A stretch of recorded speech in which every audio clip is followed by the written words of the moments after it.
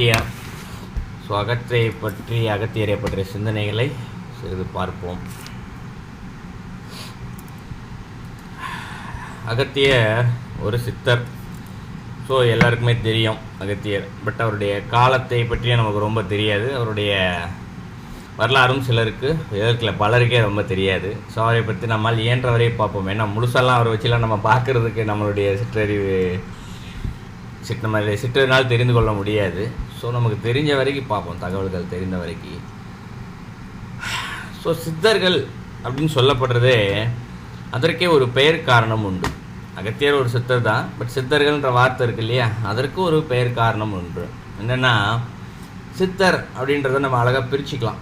என்னென்னா சித் அர், ரெண்டு வார்த்தை, ஒரே வார்த்தை தான் சித்தர். ஆனால் அதையும் பிரித்தோமையானால் சித்தர்.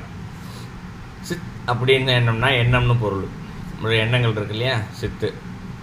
அர் அப்படின்னா அதை உரியதாக்குதல் அப்படின்னு பொருள். ஸோ உரியதாக்குதல் அப்படின்னு சொல்லப்படுறதுன்னா அதை வெற்றி பெறுதல். இந்த இடத்துல இன்றைக்கி அதை வெற்றி பெறலை, அதன் போக்கில் அது போய்கிட்டே இருக்குது.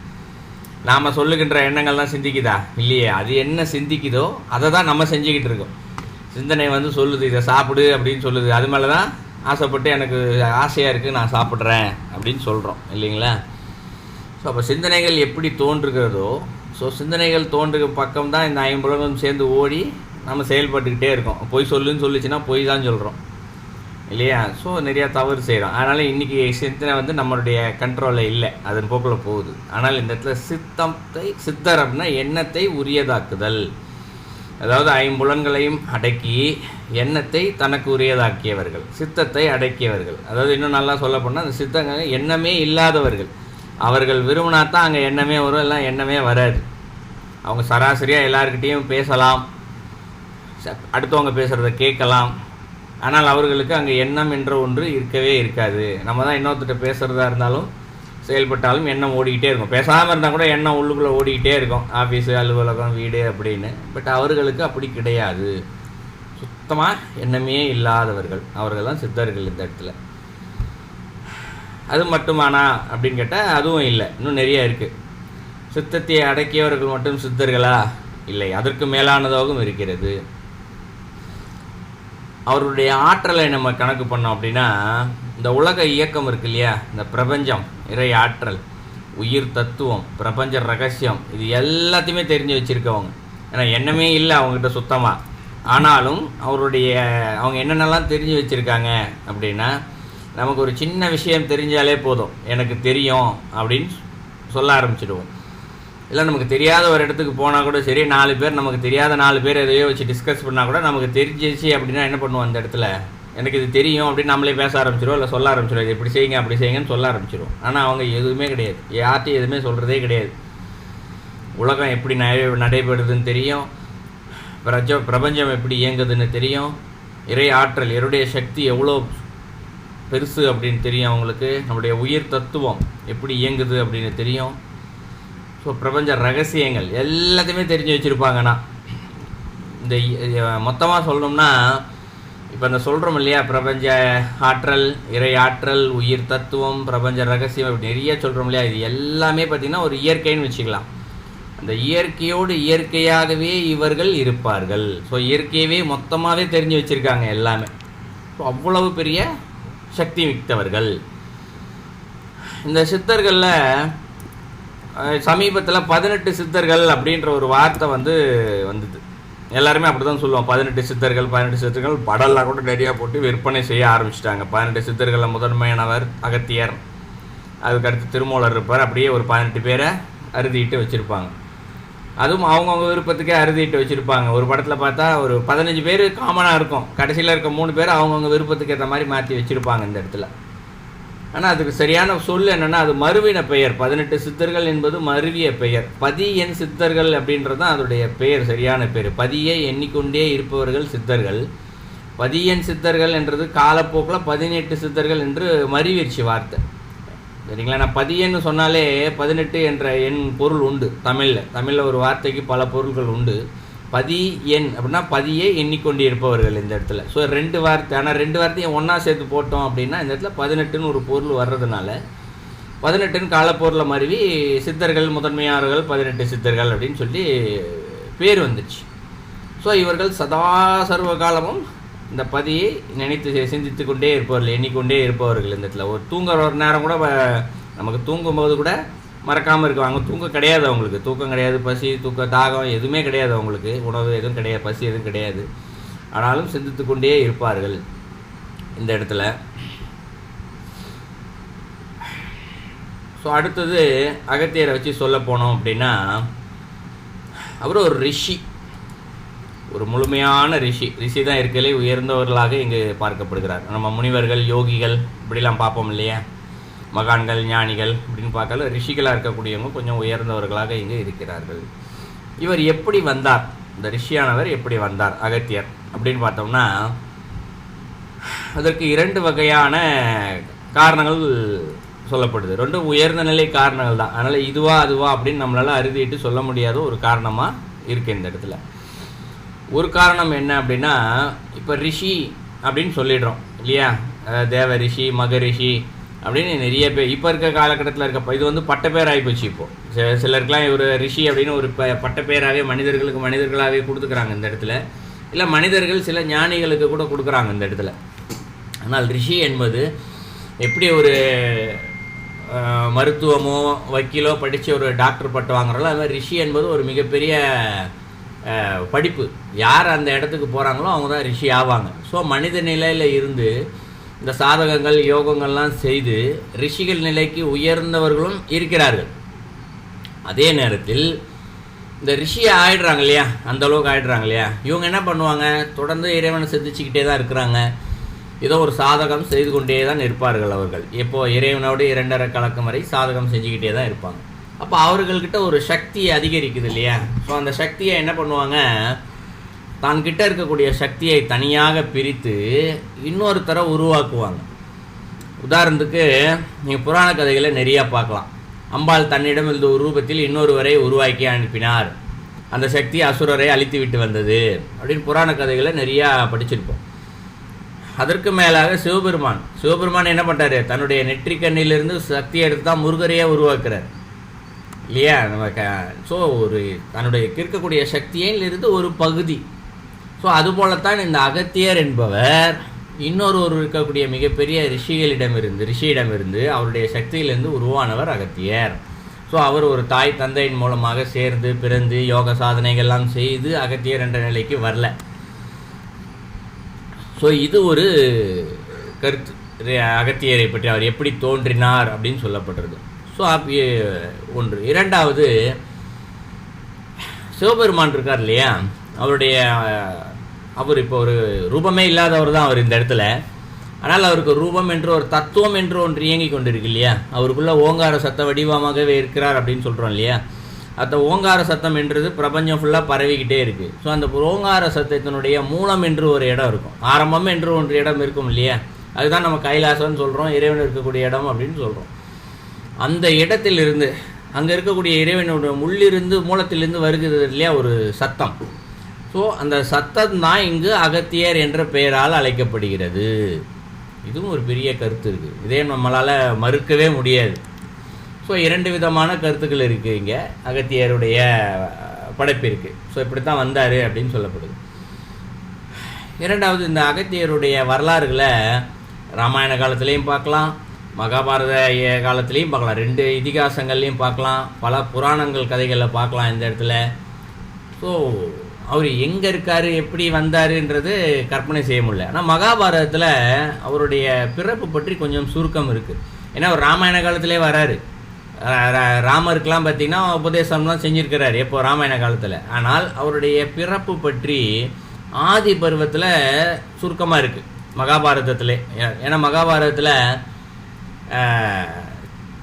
ஒருத்தர் இன்னொருத்தருக்கு கதை சொல்கிற மாதிரிலாம் நிறையா வரும். ராமாயணத்தை கூட ராமருக்கு வசிஷ்டர் வந்து அங்கங்கே கதை சொல்லிக்கிட்டே வருவார், ராமாயணத்தை கேள்வி வேட்டிகிட்டே வருவார். ஏன்னா அந்த ராமாயண காலத்தில் வசிஷ்டர் கூப்பிட்டு போவார், ராமருக்கு சின்ன வயசு 14 வயசுல என்னமோ கூப்பிட்டு போயிடுவார், நான் உனக்கு சொல்லித்தரேன் வா அப்படின்னு சொல்லிட்டு ஒரு இடத்துக்கு கூப்பிட்டு போவார். போகும்போது கங்கை ஏன் வந்துச்சு அப்படின்னு சொல்லி ஒரு அகலிகை என்ன அப்படின்னு ஒரு கதையாக கேட்பார். ஒரு கால் வச்சுன்னா அகலிகையாக மாறிடுவா. இதுக்கு எல்லாத்துக்கும் ஒரு வரலாறு சொல்லிக்கிட்டே வருவார். அதுபோல் மகாபாரதத்தில் நிறையா வரலாறு சொல்லப்படுது. அப்போ அதில் இன்னொருத்தர் சொல்ல போகுது, அந்த ஆதி பருவத்திலே அவருடைய கதை சொல்லப்படுது வரலாறு.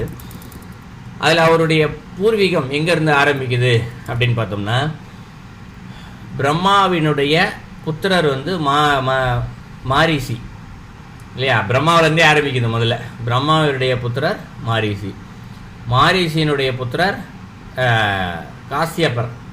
சரிங்களா? இப்போ இவங்க எல்லாருமே பார்த்தீங்கன்னா, இப்போ அவருடைய புத்திரர்னா இப்போ பிரம்மா வந்து அவருடைய மனைவி இருவரும் சேர்ந்து ஒரு மகன் பிறந்திருக்காங்க. அப்புறம் அவர்கள் திருமணம் செய்து அவருடைய மனைவியோடு சேர்ந்து இன்னொரு பிள்ளை பிறந்திருக்காரு. ஸோ அந்த மாதிரி வரலாறு வராது. ஏன்னா இது எத்தனை பேர் வராங்க, நான் அது எப்படி வந்தாங்கன்னு சொல்கிறேன். பிரம்மாவுடைய புத்திரர் மாரீசினா, பிரம்மா தன்னுடைய சக்தியிலிருந்து ஒரு பகுதியை பிரிக்கிறார். அவர் தான் மாரீசி. முன்னாடி நான் சொன்னேன் இல்லையா, ஒரு ரிஷி தன்னுடைய சக்தியை பிரித்து வச்சாருன்னா அவர் ஒரு ரிஷியாக இருப்பார் அப்படின்னு சொன்னோம் இல்லையா. அதுபோல் பிரம்மா தன்னுடைய சக்தியை பிரித்து எடுத்தவர் தான் இங்கே மரீசியினுடைய புத்திரர் காசியப்பர். சரிங்களா? காசியப்பர். அந்த காசியப்பருடைய புத்திரர் தான் அந்த இடத்துல தஷ்ய பிரஜாபதி அப்படின்னு பேர் இருக்குது. ஸோ அவருடைய புத்திரி அவருடைய ஒரு புத்திரி வந்து அதிதி அப்படின்னு ஒரு பேர். அந்த பெண்ணுக்கு 12 புத்திரர்கள். அவள் என்ன பண்ணுறா, அவள் தன்னுடைய சக்தியை வந்து 12ஆக பிரிக்கிறா. தன்னுடைய சக்தியை 12ஆக பிரித்து 12 பேரை உருவாக்குறா. எவ்வளோ ஒருத்தருடைய சக்தி, அப்போ பிரம்மாவுடைய சக்தி எவ்வளோ உச்சமாக இருக்கும் யோசிச்சு பார்த்துக்கணும். ஸோ ஒருத்தருடைய சக்தியிலேருந்து பிரித்து இன்னொருத்தருடைய சக்தியிலேருந்து இன்னொருத்தர் அப்படின்னா இதெல்லாம் ஒரே காலகட்டத்தில் நடந்திருக்காது. குறைஞ்சது இதெல்லாம் நடக்கிறதுக்கு சில யுக காலங்கள் நடக்கும். இப்போ பிரம்மா வந்து ஒருத்தருடைய அவருடைய புத்திரர் மாரீசி பிறக்க வைக்கிறார் அப்படின்னா அதுக்கு காரணம் ஏதாவது ஒன்று உலக ரீதியான காரணங்கள் இருக்கும். இப்போ சிவபெருமான் வந்து முருகரை படைத்தார் இல்லையா, படைக்கும் போது அதுக்கு ஒரு காரணம் இருந்தது. ஸோ அந்த காரணத்துக்காக தான் படைக்கப்பட்டது, உலகத்தினுடைய நன்மைக்காக, அசுரர்களை அழிப்பதற்காக. அதுபோல் பிரம்மா ஒரு காரணத்திற்காகத்தான் படைச்சிருப்பார். ஸோ இப்போ அவருடைய புத்திரரிடம் வந்து இன்னொரு புத்திரர் வர காசியப்பர் வரனா அவர் உலக நன்மைக்காக ஏதோ ஒரு காரணத்துக்காக அவருடைய சக்தியை பிரித்து தனியாக வச்சுருப்பார். இப்படி ஒருத்தரும் ஒரு உலக நன்மைக்காக ஒவ்வொரு யுக காலகட்டத்தில் தங்களுடைய சக்தியை பிரித்து இன்னொரு சக்தியை உருவாக்குகிறார்கள். அந்த சக்திக்கு ஒரு பேர் வைக்கிறாங்க இல்லைங்களா. அப்படி இந்த அதிதி அவகிட்ட இருந்து 12 பேர் பிரிக்கிறாவ. இந்த 12 பேர் தான் ஆதித்யர்கள் அப்படின்னு சொல்லப்பட்டிருக்கு. திருமந்திரத்தில் கூட ஏதோ ஒரு பாடலில் வரும், 12 ஆதித்யர்கள் இருக்கிறார்கள் அப்படின்னு சொல்லி ஒரு வார்த்தை வரும். 4வது தந்திரத்தில் வருதுன்னு நினைக்கிறேன். பட் எந்த பாடலும் நினைவு இல்லை. நம்ம வகுப்பு பார்க்கும்போது அதை வச்சு பார்ப்போம் நேற்று. ஸோ அந்த 12 ஆதித்யர் இருக்காங்க. அந்த 12 பேரில் ஒருத்தருக்கு பேர் மித்திரர். சரிங்களா? இந்த மித்திரருடைய சக்தியில் உருவானவர் தான் அகத்தியர். சரிங்களா? ஸோ இப்படி தான் இத்தனை பேரை தாண்டி அவர்களுடைய சக்தியை பிரித்து தான் இந்த இடத்துல அகத்தியர் வந்தார். இந்த மித்திரருடைய புத்திரர் தான் இந்த இடத்துல அகத்தியர். அவருடைய சக்தி தான் உருவானவர்.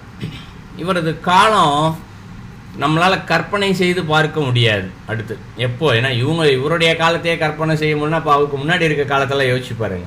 இல்லை இந்த உலகம் எவ்வளவு புராணமாக இருக்குது அப்படின்றதுக்காக சொல்ல வந்தேன்.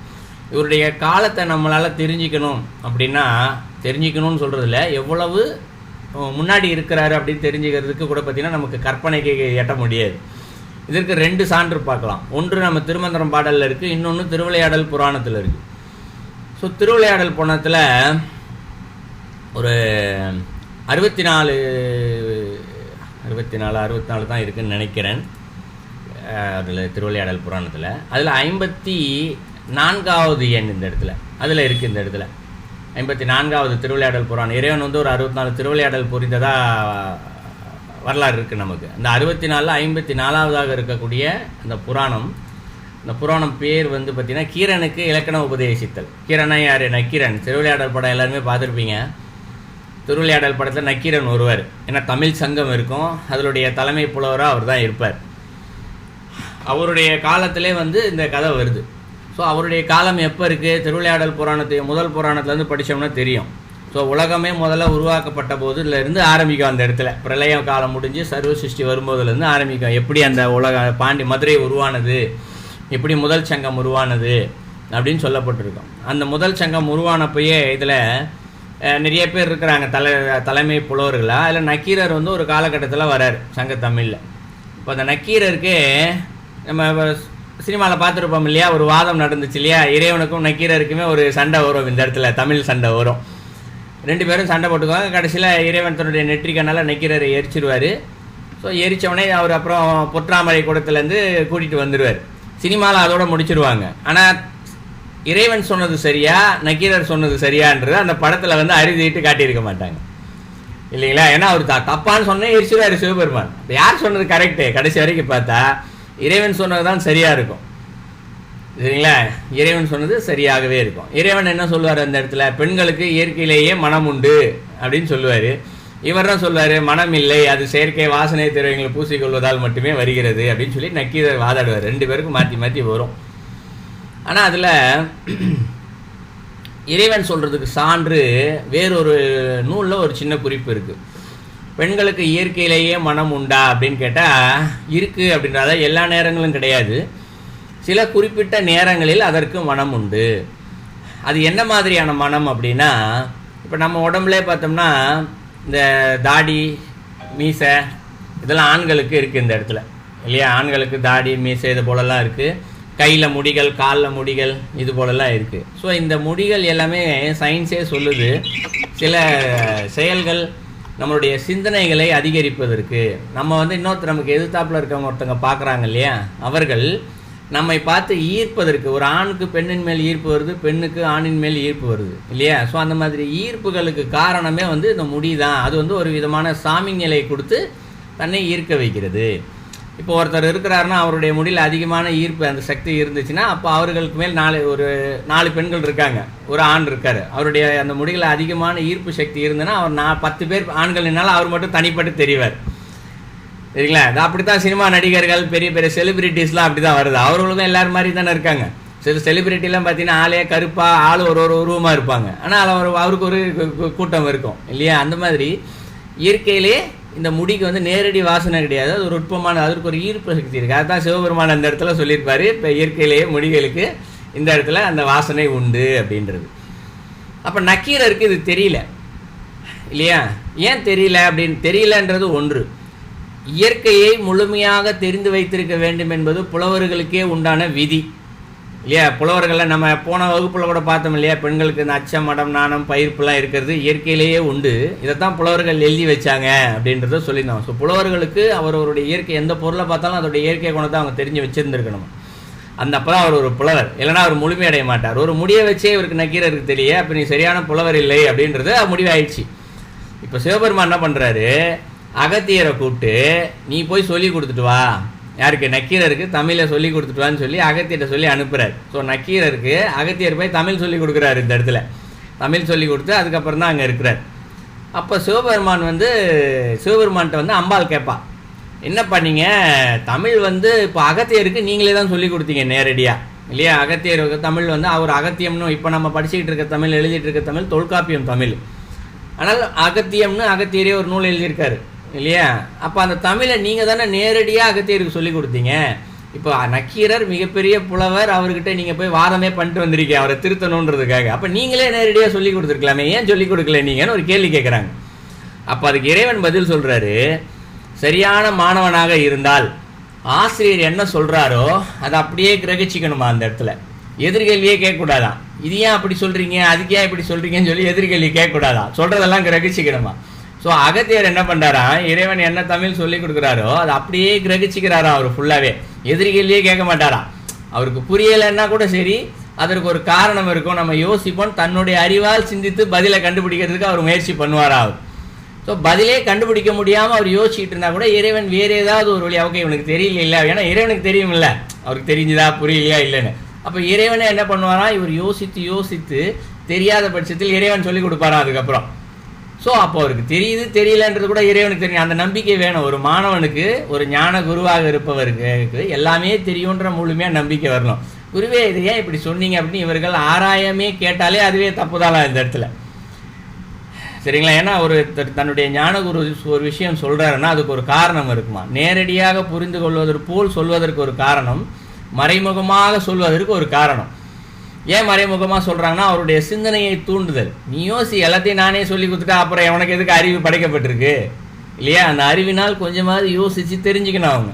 அதற்காகத்தான் அவங்க மறைமுகமாக சொல்லுவாங்க. ஆனால் இந்த இடத்துல சில பேர் அதை யோசிக்கிறதுக்கு சோம்பேறித்தனப்பட்டுக்கிட்டு நீங்களே பதிலை சொல்லிடுங்க அப்படின்னு சொன்னாங்க அப்படின்னா அப்போ யோசிக்கல, சரியான மாணவன் இல்லைன்னு பொருள். ஸோ அகத்தியர் சரியான மாணவனாக அங்கே இருந்திருக்கிறார். ஸோ இறைவனே நேரடியாக தமிழ் சொல்லி கொடுத்திருக்கிறார். ஆனால் நக்கீர் என்ன பண்ணுவாரா இந்த இடத்துல, அவரு புலவராக இருக்காருன்னா அப்போ அவருக்கு யாரோ ஒருத்தர் சொல்லி கொடுத்துருப்பார் இல்லையா, உலக ரீதியாக இருக்கக்கூடாது. அவர் என்ன பண்ணுவாரா, கேள்வி கேட்டுக்கிட்டே இருப்பாராம். ஸோ அப்போ இறைவன் அம்பாளில் சொல்லுவாரான், அவன் கேள்வி கேட்டுக்கிட்டே இருப்பான், அதனால தான் அகத்தியர் அனுப்பிச்சி விட்டுருக்கேன் சரியா அப்படின்னு சொல்லி. ஏன்னா அவதான் தகுதி உயர உயரத்தான் இறைவனே வந்து சொல்லி கொடுப்பார். அதனால் தகுதியை வளர்த்துக்கணும். இந்த இடத்துல நம்ம ரொம்ப எதிர்கேள்வி கேட்கக்கூடாது, நம்மளுடைய சிந்தனையால் சிந்திக்கணும். இறைவன் அறிவன் ஒன்று கொடுத்துருக்காலே அதை நாம சிந்திக்கணும் அப்படின்ற ஒரு கருத்தை சொல்வதற்காகத்தான் இறைவன் அந்த திருவிளையாடலை அங்கே நிகழ்த்தினார். ஸோ அந்த திருவிளையாடலேருந்து நாம் தெரிஞ்சுக்கிறது என்னென்னா, தெரியாத விஷயங்களை நாம் கற்றுக்கொள்கின்ற விஷயங்களை முடிஞ்ச வரைக்கும் நமக்கு இருக்கக்கூடிய அறிவினால யோசித்து தெரிஞ்சுக்க முயற்சி பண்ணணும். இதன் விளைவு என்ன ஆகுது, ஒன்று நமக்கு அந்த பதில் கிடைக்கிறது என்று ஒன்று, இரண்டாவது நம்மளுடைய அறிவு வளருகிறது, சிந்தனை திறன் வளருகிறது, அறிவு திறன் வளருகிறது. ஸோ அதை வளர்த்துக்கணுன்றதுக்காக தான் இறைவன் இதையும் செய்கிறார். ஸோ அகத்தியருடைய வரலாறில் பார்த்தோம்னா இந்த சம்பவம் ஒன்று இருக்குது. ஸோ அப்போ அவருடைய காலம் வந்து திருவிளையாடல் புராணம் நடந்த காலம், அது ரொம்ப யுகங்களுக்கு அப்பாற்பட்டது ஒன்று. இரண்டாவது நம்ம திருமந்திரத்தில் இருக்கக்கூடிய வரலாறு. திருமந்திரத்தில் என்ன வரலாறு இருக்கும் அப்படின்னா, திருமூலர் அந்த அகத்தியரை சந்திப்பதற்காகத்தான் கையிலிருந்து இங்கே வந்தார் அப்படின்னு ஒரு வரலாறு இருக்கு இல்லையா. அப்போ திருமூலருடைய காலமும் அகத்தியருடைய காலமும் இணையானது அப்படின்னு வச்சுக்கலாம்.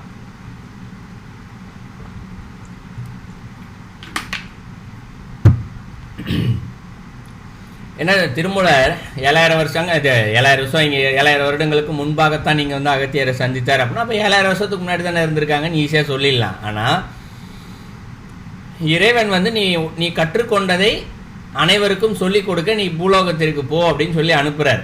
அனுப்பும் பொழுது ஓகே நம்ம பூலோகத்துக்கு போகிறோம், போனோடனே அப்போ அகத்தியரை பார்க்கணும் தான் இவருக்கு முதல்ல தோணுது.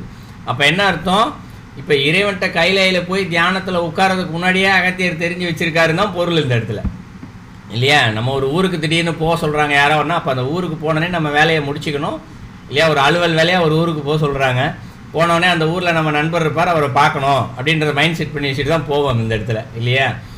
அப்போது நமக்கு தெரியும்னு அர்த்தம் அவர் முன்னாடியே. அப்போ திருமூலருடைய காலம் என்ன, அது கற்பனைக்கே எட்டாது. அது திருமூலர் வரலாறுலே இருக்குது. அவர் என்ன சொல்கிறாரு, நான் கையிலைக்கு சென்றேன், இறைவனுடைய திருப்பாதத்தின் கீழ் அமர்ந்தேன், இறைவன் தன்னுடைய திருவடிகளை என்னுடைய தலையின் மீது வைத்தார், நான் அமர்ந்து விட்டேன், பேரின்பத்தில் அமர்ந்து விட்டேன். எவ்வளோ காலம் அமர்ந்தேன், 2-3 பாடலில் 2 ஒன்று சொல்கிறார். ஒன்று என்ன சொல்கிறாரு, கோடி யுகங்கள் அமர்ந்தேனேங்கிறார்.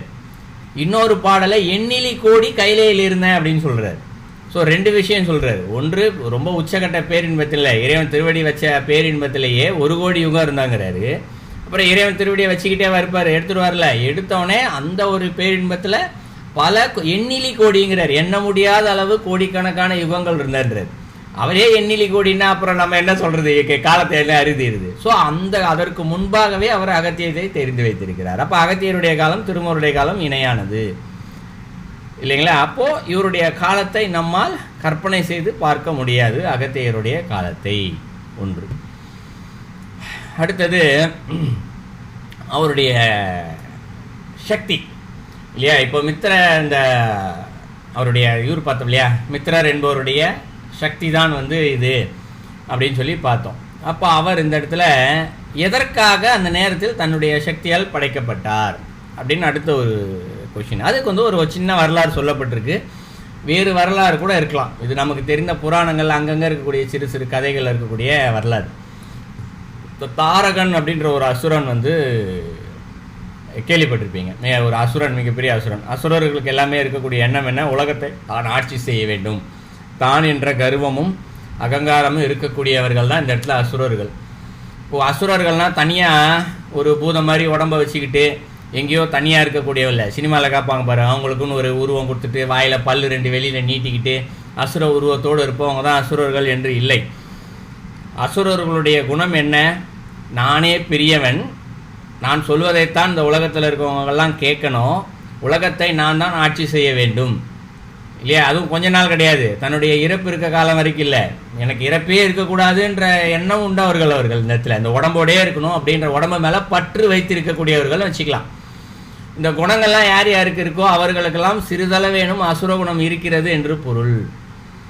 ஸோ நம்ம உடம்பு மேலே நமக்கு பற்று இருந்துருச்சுன்னு வச்சுக்குவோம், இது ஏன் உடம்பு, அதாவது உடம்பு ஆரோக்கியமாக பார்த்துக்கிறது வேற, அது உடம்பிற்கான ஒழுக்க குணம், அது தவறு கிடையாது. ஆனால் இந்த உடம்புக்கு ஏதாவது ஒரு நோயோ ஏதாவது ஒன்று வந்துச்சுன்னா அதை சரி பண்ண பார்த்துக்கணும். அதை விட்டுவிட்டு என் உடம்புக்கு இப்படி வந்துருச்சேன்னு வருத்தப்பட்டு இருந்தேன்னா என்ன அர்த்தம்? உடம்பு மேலே பற்று இருக்குன்னு அர்த்தம் இல்லைங்களா? ஸோ அந்த பற்று இருந்தாலும் அதுவும் ஒரு அசுர குணம் தான். இரண்டாவது, பல நேரங்களில் பலருக்கு ஆர்கியூமெண்ட் வரும், நண்பர்கள் மத்தியிலேயோ ஒரு உறவினர்கள் யாரோ ஒரு 4 பேருக்கு மத்தியில், அரசியலோ இயற்கையோ அறிவியலோ ஏதோ ஒரு சமயமாக ஆர்கியூமெண்ட் வரும்போது நான் சொல்கிறது தான் கரெக்டு, நீ சொல்கிறது தப்புன்னு ஆர்கியூ பண்ணுவோம் இல்லையா? ஒரு 2 பேர் இருக்காங்கன்னா 2 பேர் மாற்றி மாற்றி ஆர்கியூ பண்ணிக்குவாங்க, நான் சொல்கிறதாப்பா சரி, நீ சொல்கிறது தப்புப்பான்னு. சில நேரங்கள்லாம் அடித்தடி சண்டை வரைக்கும் கூட போகும். இவர் ஒரு புக் எடுத்து காமிப்பார், அவர் ஒரு புக் எடுத்து காமிப்பார், இவர் கூகுளில் தேடி காமிப்பார். ஆக மொத்தம் அங்கே இருக்கிறது என்ன, 2 பேருக்கு மாற்றி மாற்றி இருக்கிறது நான் சொல்கிறத நீ ஒத்துக்கணுன்றதான் அந்த இடத்துல அவங்களுக்கு. நான் சொல்கிற விஷயம் கரெக்டு. அப்போ சப்போஸ் அவருக்கு நான் சொல்லி ஒரு வாரம் கழிச்சு அவர் சொன்னதை செய்யலை அதை வச்சுக்குவோம், பார்த்தியா நான் சொன்னதை செய்யலை, அதனால தான் அவனுக்கு இவ்வளோ கஷ்டம் வந்துச்சு, பார்த்தியா குத்தி காட்டுறது வேறு இந்த இடத்துல. இதுபோல் இருக்கக்கூடிய எண்ணங்கள் குணங்கள் தான் இங்கு அசுர குணங்கள். ஸோ இதுபோல் நமக்கு எப்பயாவது எண்ணம் வந்துச்சுன்னா நம்ம என்ன பண்ணணும், ஆகா இது அசுர குணமாச்சே, இது வரக்கூடாது, அப்போது நம்ம அமைதியாக இருக்கணும்னு சொல்லி முடிஞ்ச அளவுக்கு இங்கே ஆர்கியூமெண்ட் பண்ணக்கூடாது. விவாதம் என்பது இருக்கலாம், ஆரோக்கியமான விவாதம் இருக்கலாம். ஆரோக்கியமான விவாதம் என்பது நமக்கு தெரியாத விஷயங்களை தெரிந்து கொள்வது. 4 பேர் இருக்கிறாங்கன்னா ஒருத்தருக்கும் ஒரு செய்தி தெரியும். ஸோ மீதி இருக்கக்கூடிய 3 பேரிடம் என்னென்ன செய்திகள் இருக்கோ அதை தெரிந்து கொள்ள முயற்சி செய்ய வேண்டுமே தவிர்த்து தனக்கு தெரிஞ்சதை அவங்கெல்லாம் தெரிஞ்சுக்கணும்னு நினைக்கக்கூடாது. இந்த இடத்துல அவங்க கேட்டாங்கன்னா சொல்லலாம், அது வேற, சரிங்களா? ஸோ இதுதான் இந்த இடத்துல அசுர குணங்கள் என்று சொல்லப்படும், மனிதன்கிட்ட இருக்கக்கூடிய அசுர குணம்னு சொல்லப்படுறது. ஸோ இதுவும் நாம் தெரிந்து கொள்ள வேண்டிய விஷயம். ஸோ இதுபோல் சிந்தனைகள் வரும்போது நாம் கொஞ்சம் அமைதியாக நம்மளே நமக்கு சொல்லிக்கணும், உள்ளே இருந்து இந்த மாதிரி எண்ணம் தோணுது, இந்த மாதிரி தோன்றுகின்ற எண்ணம் நமக்கு இறைவனிடம் செல்ல தடையாக இருக்கும், அப்போ நம்ம இந்த எண்ணத்தை கொஞ்சம் அமைதியாக இருக்கிறோன்னு சொல்லி ஆர்கியூ பண்ண, சரிப்பா நீ சொன்னதே சரியாக இருக்கட்டும்ப்பான்னு சொல்லி நம்ம அந்த இடத்துக்கு அமைதியாக போயிடணும். இதுதான் இறைவனுக்கு பிடித்தது. இந்த குணம், இந்த அசுர குணம் இல்லாமல் இருப்பதா இறைவனுக்கு பிடிப்பது. அப்போ என்ன ஆகும், இந்த நல்ல குணங்கள் அதிகரிச்சுக்கிட்டே போகும்போது இறைவன் தானாக நம்மக்கிட்ட தேடி வந்துடுவார், அவரே நம்மக்கிட்ட உட்காந்துருவார். அப்போ நமக்கு என்ன தேவையோ அதை அவரே செஞ்சு கொடுத்துருவார் இந்த இடத்துல, இல்லையா? அது ஒன்று நம்ம தெரிஞ்சுக்கணும். ஸோ இந்த தாராகன் அப்படின்ற அசுரா என்ன பண்ணுறான், ஒரு கடுமையான தவங்களை புரிந்து பிரம்மா கிட்டேருந்து வர வாங்கிடுறான், இறப்பில்லாத ஒரு வரத்தை வாங்கிடுறான், நான் தான் ஆட்சி செய்யணும்னு சொல்லி. அப்போ என்ன பண்ணுறான் அவன், பிரம்மா வழக்கமாக தெரியுமே, எப்போ இறப்பு இல்லாமலாம் கொடுக்க முடியாது, ஏதாவது ஒன்று கேளு, இதன் வழியாக இறப்பு வேணும்னு கேளு அப்படின்னு கேட்கும்போது அவனும் சொல்கிறாரு, சிறு உருவம் கொண்ட ஒரு குழந்தை வடிவில் தான் எனக்கு மரணம் சம்பவிக்க வேண்டும் அப்படின்னு சொல்லிடுறாரு. ஏன்னா சின்ன குழந்தை எங்கே அதுக்கு அடுத்தவங்களை கொல்லணுன்ற எண்ணம் வருமான்னு ஒரு குழந்தைக்கு, சிறு குழந்தைக்கு வராது. அப்படி சொன்னோடனே பிரம்மாவும் கொடுத்துட்றாரு, சிறு குழந்தை எங்கே நம்மளை கொல்ல போகுது அப்படின்னு சொல்லிட்டு இவர் என்ன பண்ணுறாரு, வழக்கம் போல் இங்கே 3 உலகங்களையும் இவர் ஆட்சி செய்கிறான். இந்த இடத்துல எல்லாரையும் பயங்கரமாக கொடுமை பண்ணுறான், எல்லாம் பண்ணுறான். இப்போ என்ன ஆகுது, இந்த இடத்துல எல்லாரும் ரொம்ப துன்பப்பட்டு தேவர்கள்ட்ட போய் முறையிடுறாங்க. ஸோ தேவர்களுடைய இந்திரன் என்ன பண்ணுறான், சரி இவன்கிட்ட நம்ம போர் வெற்றி பெற முடியாது, கடினம்தான், அவனை கொஞ்சம் அடக்கியாவது வைப்போம் அப்படின்னு சொல்லிட்டு என்ன பண்ணுறான், சண்டை போடலாம், தன்னுடைய சக்தியை எடுத்துகிட்டு முடிஞ்ச வரைக்கும் போர் செய்யலாம் அப்படின்னு சொல்லிட்டு வரான். இவன் தாரகன் என்ன பண்ணுறான், இந்திரன் கூட சண்டை போட்டுக்கிட்டே இருந்தோம்னா நம்மளுடைய சக்தி கொஞ்சம் வலிமை குறையும், திருப்பி தவம் பண்ணணும், அதனால் இந்திரன்ட்ட மட்டும் கொஞ்சம் ஒதுங்கி நிற்கலாம் அப்படின்னு சொல்லிட்டு என்ன பண்ணுறான், கடலுக்குள்ளே போய் ஒழிஞ்சிக்கிறான். ஏன் கடலுக்குள்ளே போய் ஒழிஞ்சினா அவனை எப்படி வெளியில் கடலுக்குள்ளே தேடி எடுக்க முடியாது இல்லையா? அதனால் அவனை எப்படி எடுக்கிறது அப்படின்னு தெரியும். கடலுக்குள்ளே ஒழிஞ்சிக்கிறதுன்றது இப்போது மனிதன் ஒரு சுவத்துக்கு பின்னாடி போய் ஒழிஞ்சிக்கிற மாதிரி அப்படி சிந்திக்கக்கூடாது. இந்த இடத்துல கடலுக்குள்ளே போய் அவன் ஒரு அசுரன், உடம்பை எந்த ரூபத்திலையும் மாற்றக்கூடிய வல்லமை பெற்றவன். ஸோ தண்ணியாகவே அவன் தன்னை மாற்றிக்கொள்வான், தன்னை நீராகவே மாற்றி கடலுக்குள்ளே போய் ஒழிஞ்சிக்கிட்டான்னா கடல் எவ்வளோ பெருசு, அதுலேருந்து இவனுடைய நீரை மட்டும் எப்படி தனியாக பிரித்து எடுக்கிறது? ஸோ அது முடியாத காரியம் இந்த இடத்துல. ஸோ அதனால் என்ன பண்ணுறாரு இந்திரன் இந்த இடத்துல அக்னி பகவானை கூப்பிட்றாரு. அக்னி பகவானை கூப்பிட்டு இந்த தண்ணி எல்லாத்தையுமே நீ வற்ற வச்சு உன்னுடைய நெருப்பின் சக்தியினால், அப்போ நெருப்பினுடைய சக்தினால் வற்ற வச்சோம்னா தண்ணியில் மட்டும் ஆவி ஆயிரும், அவன் தண்ணீருடைய ரூபத்தில் தான் இருக்கான், அப்போ அவன் வெளிப்படுவான், அவனை ஏதாவது ஒன்று சண்டை போடலான்னு சொல்லும்போது அக்னி பகவான் சொல்லுவார், இந்த உலகத்தில் கடல் என்ற ஒன்று இல்லை என்றால் இந்த உலகம் இயக்கம் நடக்காது. அதனால் மக்கள் எல்லாம் அடிஞ்சு போவாங்க, அதனால் நான் செய்ய மாட்டேன் அப்படிங்கிறார். உடனே அவனுக்கு சாபம் கொடுத்துறாரு. நான் ஒரு அரசன் இந்திரன், நான் சொன்னால் நீ கேட்க மாட்டியா, போய் 3 மானிடா பிறப்பாயாக போன்னு சொல்லி அனுப்பிச்சி விட்டுறாரு. அதற்கு பின்பு திருப்பி வாயு பகவான் அழைக்கிறார். நீ என்ன பண்ணு, உன் காற்றினால் அந்த கடலில் இருக்க தண்ணியெல்லாம் எடுத்து வெளியில் வீசிடு, அப்போ அவன் வெளியில் வருவான் அப்படிங்கிறார். வாயு பகவானும் அதே தான் சொல்கிறார், உலக இயக்கத்திற்கு காரணம் நான் செய்ய மாட்டேன் அப்படிங்கிறார். இப்போ அடுத்து என்ன பண்ணுறது, இந்திரனுக்கு தண்ணி எல்லாத்தையும் வெளியில் எடுக்கணும். ஸோ என்ன பண்ணுறதுன்னு தெரியல இப்போ இந்த இடத்துல. அதனால் யோசிச்சுட்டு உட்காந்துட்டு இருக்கிறார். அப்போ தான் இந்த இடத்துல அந்த மித்திரர் என்ன பண்ணுறாரு, மித்திரர் பகவான் அந்த ஞானிகிட்ட போய் ரிஷிகிட்ட போய் கேட்குறாரு. யார், இந்திரன் போய் கேட்குறாரு, இவன் தண்ணிக்குள்ளே போய் ஒளிஞ்சிக்கிறான், இவனை எப்படி நான் அழிப்பது அப்படின்னு சொல்லி கேட்கும்போது அவர் தான் என்ன பண்ணுறாரு, தன்னுடைய சக்தியிலிருந்து ஒரு சக்தியை பிரித்து உருவாக்குறார். ஸோ அது என்ன சிறு உருவத்தில் உருவாக்குறார். அதனால தான் அகத்தியருக்கு வந்து குள்ளமுனின்னு ஒரு பேர் கூட உண்டு.